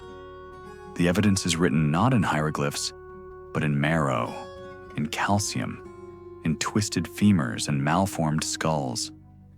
You think of Cleopatra's children, not just Caesarean, hunted down and killed before manhood, but the others born of her desperate grasp for new blood. Alexander Helios, Ptolemy Philadelphus, Selene, who survived only to be wed into Rome's tangled politics. Were they stronger? Perhaps, but Rome had no use for Egypt's heirs. Their bloodlines vanished into obscurity, their futures erased before they could prove whether the curse had ended or simply moved elsewhere. Ahead of you, the corridors tighten. The light fades to something more felt than seen. These chambers were not meant for ceremony. They were meant to hide what could not be paraded in gold. The failures. The children too fragile for marble statues or painted frescoes. The reminders that blood does not purify itself through isolation. It curdles, it corrodes, it collapses inward until there is nothing left to sustain it. You run your hand along another cracked pillar where the names repeat: Ptolemy, Cleopatra, Arsinoe, again and again, until they blur together like a chant spoken by someone who no longer understands the words. These names were meant to signify eternity. Instead, they became tombstones layered atop one another, marking the slow suffocation of a lineage that mistook pride for preservation. Historians trace these cycles like archaeologists unwrapping mummies, layer after layer of repetition, of denial, of tradition carried past the point of reason. Isolation, collapse, brief recovery through new blood, arrogance reborn. The spiral turns again. Egypt taught the world this lesson first, but the world learned slowly, if at all. Europe's crowned heads repeated the pattern centuries later. Cousins married cousins. Bloodlines shrank. Madness and frailty followed. The warning signs ignored until history had no choice but to repeat itself. You step through another doorway, this one lower still, forcing you to bow as you enter. Humility seems appropriate here. These bones beneath your feet do not need your reverence, but they deserve your understanding. They carried the burden of decisions made long before their births. They paid the price for traditions no one dared break. Their silence now speaks louder than any inscription.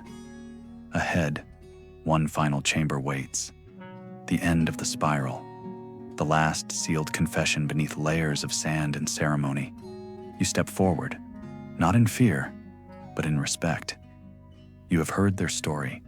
You have seen what they tried to hide beneath linen and gold, and you understand now what they could not. Purity is not protection. Tradition is not truth. Blood remembers, and bone bears witness long after names are forgotten. Beyond this final door, the silence deepens. The story draws to its close, but its lesson lingers, waiting for those willing to listen. You press deeper still, each step echoing softer now, as though even sound itself hesitates to disturb what waits ahead. These corridors are no longer pathways. They are thresholds between memory and silence. Here, history exhales its last breath, not with fanfare, but with the slow unraveling of centuries of denial, of choices repeated until they became rot in the marrow of a kingdom. The air tastes older here. You feel it on your skin, dry and weightless like ash. The stone walls close in narrower, as if the past itself is folding over you, guiding you toward the heart of the spiral. Not grand halls, not chambers of splendor, but tight, dark spaces where truth hid because no one wished to see it in daylight. You stop before another alcove. The coffin inside is small, barely larger than a cradle. Another child born into a name too heavy for their bones. Another body wrapped in prayers stitched into linen, placed beneath charms and amulets meant to guide them safely into a life beyond this one, because this one had offered them so little.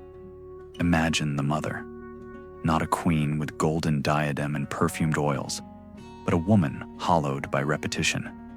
The first child dead before speech, the second too fragile to feed, the third gone before breath could fill lungs fully.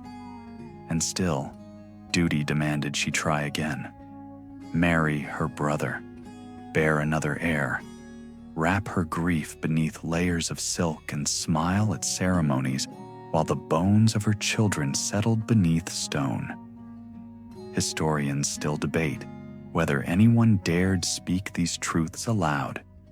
Were there moments in shadowed chambers when someone finally said it? When a physician lowered his gaze and admitted that lineage had rotted from within?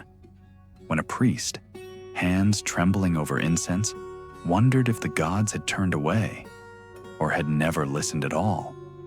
But no record tells us. The records tell only of processions, of offerings, of kings who reigned briefly and died young. The coffins tell more. They tell of spines bent in infancy, skulls stretched by inheritance, hearts stopped before manhood. They tell of a bloodline choking itself in the name of purity. You move onward. The murals here fade into abstraction, patterns repeated until they lose meaning. Lotus flowers, ankhs, falcons, suns, symbols once radiant, now flaking from the walls like scales from a snake that cannot shed itself whole.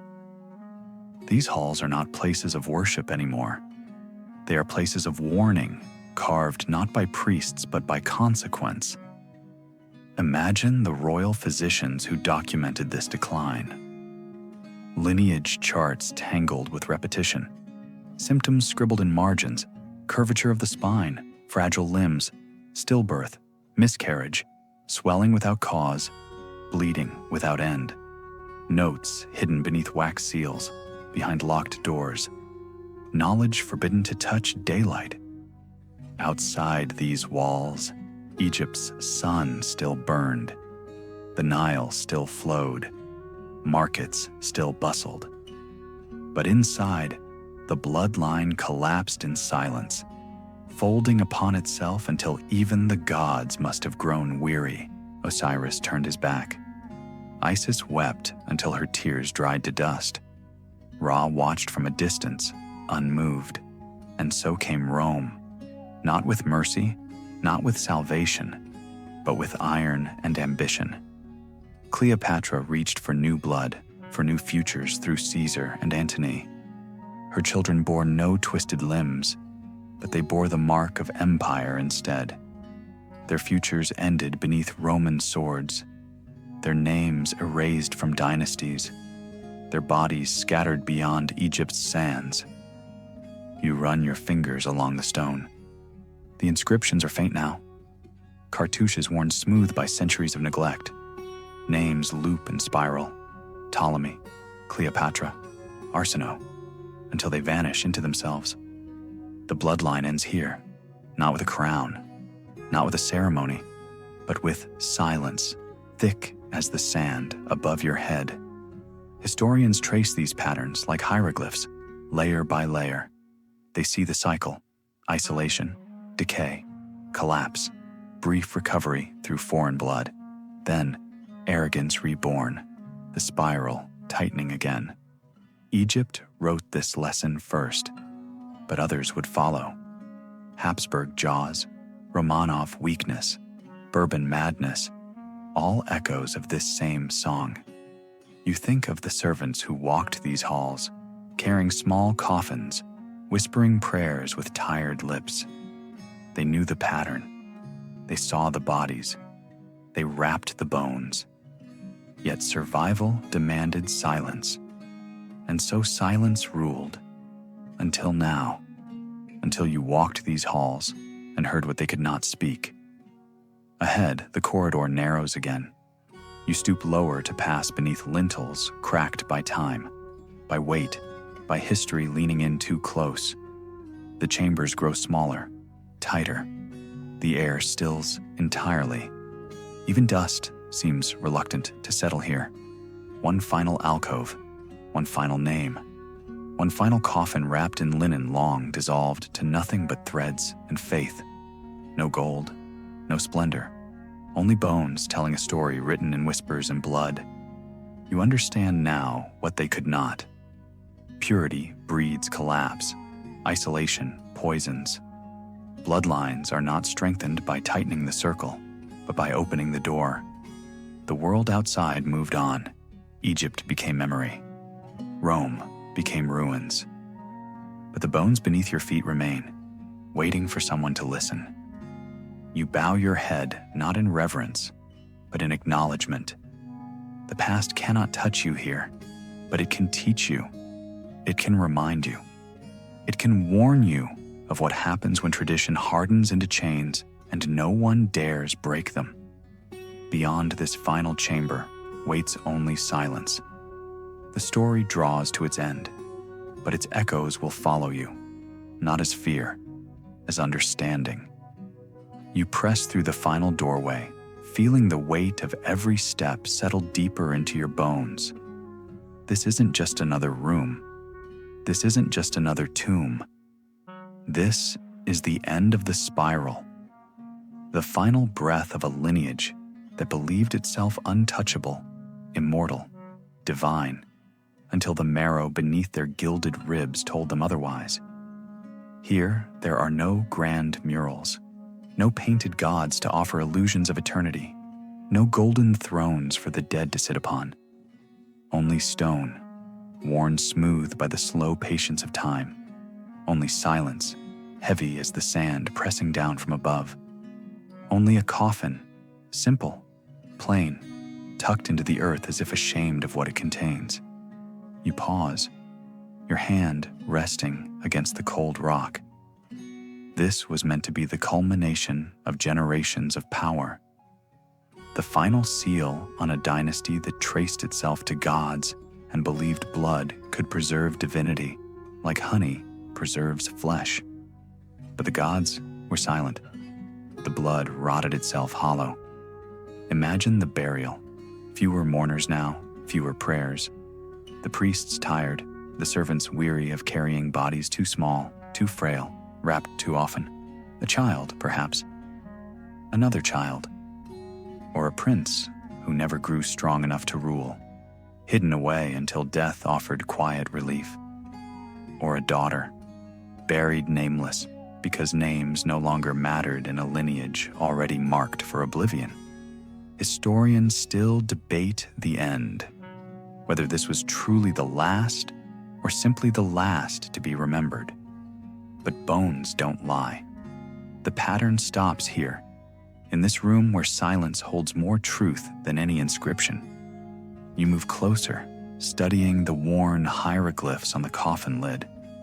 They are faded, hesitant, as if even the scribe who carved them understood they were writing not promises of eternal life, but epitaphs for a mistake played out too long. Prayers for health, for protection, for rebirth. Words that crumbled even as they were spoken. Outside these walls, the world moved on. Rome tightened its grip. The Nile flowed without noticing. Egypt became memory, then province, then story, told by those who never walked these halls. The names faded. The gods changed. The people forgot.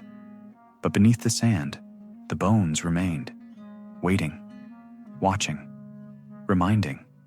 You pause before the sarcophagus, tracing the faint shape of an Ankh. Life eternal, they believed. Life repeated, reborn, sustained through purity. But purity does not sustain. Purity starves. Purity isolates. Purity turns blood to poison and names to echoes lost beneath stone. Think of the physicians who stood here last, cataloging deformities, wrapping bones too fragile to withstand even breath, recording symptoms they could not name, but recognized all the same. The same curvature of spine, the same hollow chests, the same misshapen skulls, the same tired rituals to gods who gave no answer. You stand in the silence they left behind, the silence they could not escape, the silence written in bones beneath linen, in marrow too weak to carry the weight of crowns, the silence that followed when no air remained to wear them. Historians trace these lines backward through Egypt's long corridors of time.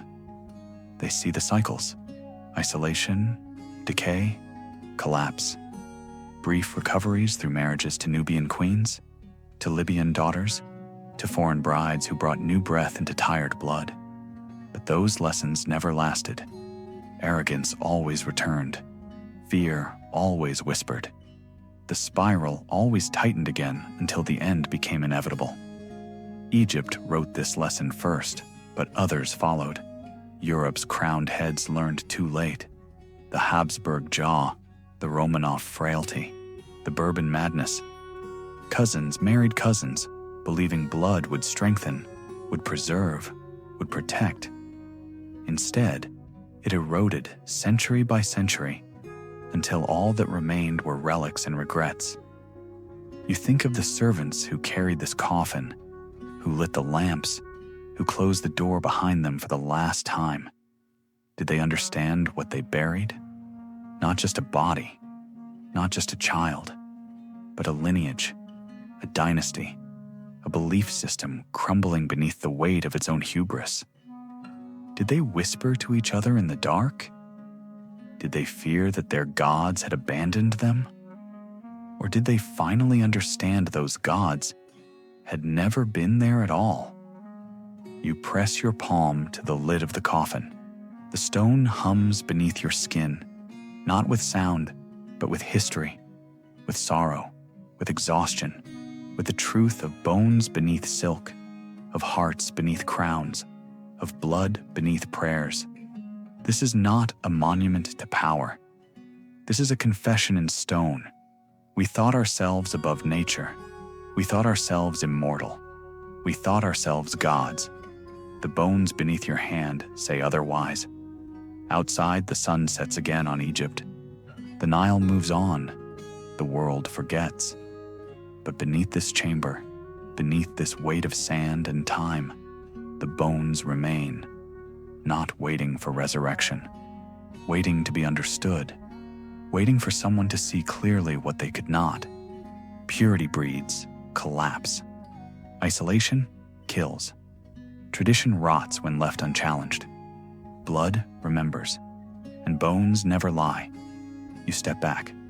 The silence here is final. The story ends beneath your feet, beneath this coffin, beneath this stone. Not with glory, not with eternity, but with understanding. You turn, stepping back into the darkness of the corridor. The air feels lighter now, not because the burden has lifted, but because you've carried it far enough to see where it ends. You walk away not with fear, but with knowledge, not with reverence, but with clarity. The past cannot touch you, but it can teach you. Ahead, the darkness softens. The path leads upward, away from bones, away from silence, toward light and air and the endless movement of time. You carry the lesson now. You carry the warning. Let it rest in your bones, quiet and patient. Let it remind you, blood does not preserve us. Love does. Connection does. Change does.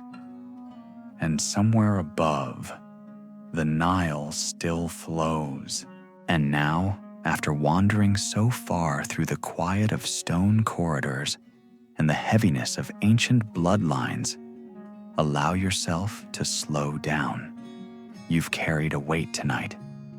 A weight of forgotten names, silent tombs, and the painful truths carved not in hieroglyphs but in the fragile scaffolding of bone. Let that weight settle now. Let it rest beside you. You've heard what needed to be heard. Close your eyes if you haven't already. Breathe deeper now, slower, longer. Let the rhythm of your breath pull you gently back to your own time, your own space. Let the silence of those tombs fade like footsteps behind you, growing softer with each breath out. You are not there. You are here.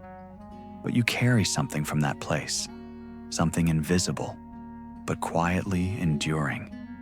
Picture the Nile again, not as the lifeblood of a kingdom, but as a long, winding mirror of time. Picture it reflecting stars, clouds, centuries, fishermen pulling nets from its current, children laughing at its edge, women kneeling to wash their clothes in its warmth. Far from the palaces, far from the burden of crowns and curses. That's the Egypt that survived, not the Egypt of kings, but the Egypt of life. Let the images soften now, the stone, the coffins, the masks. Let them blur like sand disturbed by the breeze. You've walked among those who could not walk for themselves. You've listened to voices whose bones outlived their words. But the story they told isn't one of horror, not truly. It's one of consequence, of deep generational silence, of what happens when fear dresses itself in ritual and pride is mistaken for preservation. They thought they were securing eternity. Instead, they were isolating themselves from the very force that sustains life, change, diversity, openness, humanity. But in their tragedy, they taught something priceless. They showed us what happens when blood is treated like treasure, and tradition is followed so blindly, it becomes a burden no one dares drop. Let that lesson rest with you, not as dread, but as clarity. You are not bound by their chains. You are not trapped in their corridors. You do not have to protect the past at the cost of your future. Your story can open outward. Your life can spiral towards something wider, warmer, freer. Their pain taught us what to avoid, and that makes their story not just a warning, but a gift. So now breathe softer still. Feel the air fill your lungs, strong and unburdened. You don't carry their curse. You carry their wisdom. Let it settle into your bones, not heavy, but grounding. Let it remind you that tradition can be questioned, that lineage can be reimagined, that silence can be broken, gently, patiently, by those who are finally ready to listen. You're back now, out of the tombs, away from the stone. The night around you is your own, and it is wide and quiet and safe. The air is warm, the darkness soft. There are no priests here, no marble thrones. Just you. Just breathe. just the steady living pulse of now. You've walked long enough tonight. You've seen what needed seeing. You've heard what the ancients couldn't say. Let that be enough. Let your body grow heavier now. Let the weight fall away from your shoulders. Let sleep rise like the Nile in spring. Slow, steady, inevitable. The story has ended. The tombs are sealed. The gods are quiet. And now, you can rest. Sleep well. Dream deeper. And may tomorrow greet you without the weight of forgotten crowns.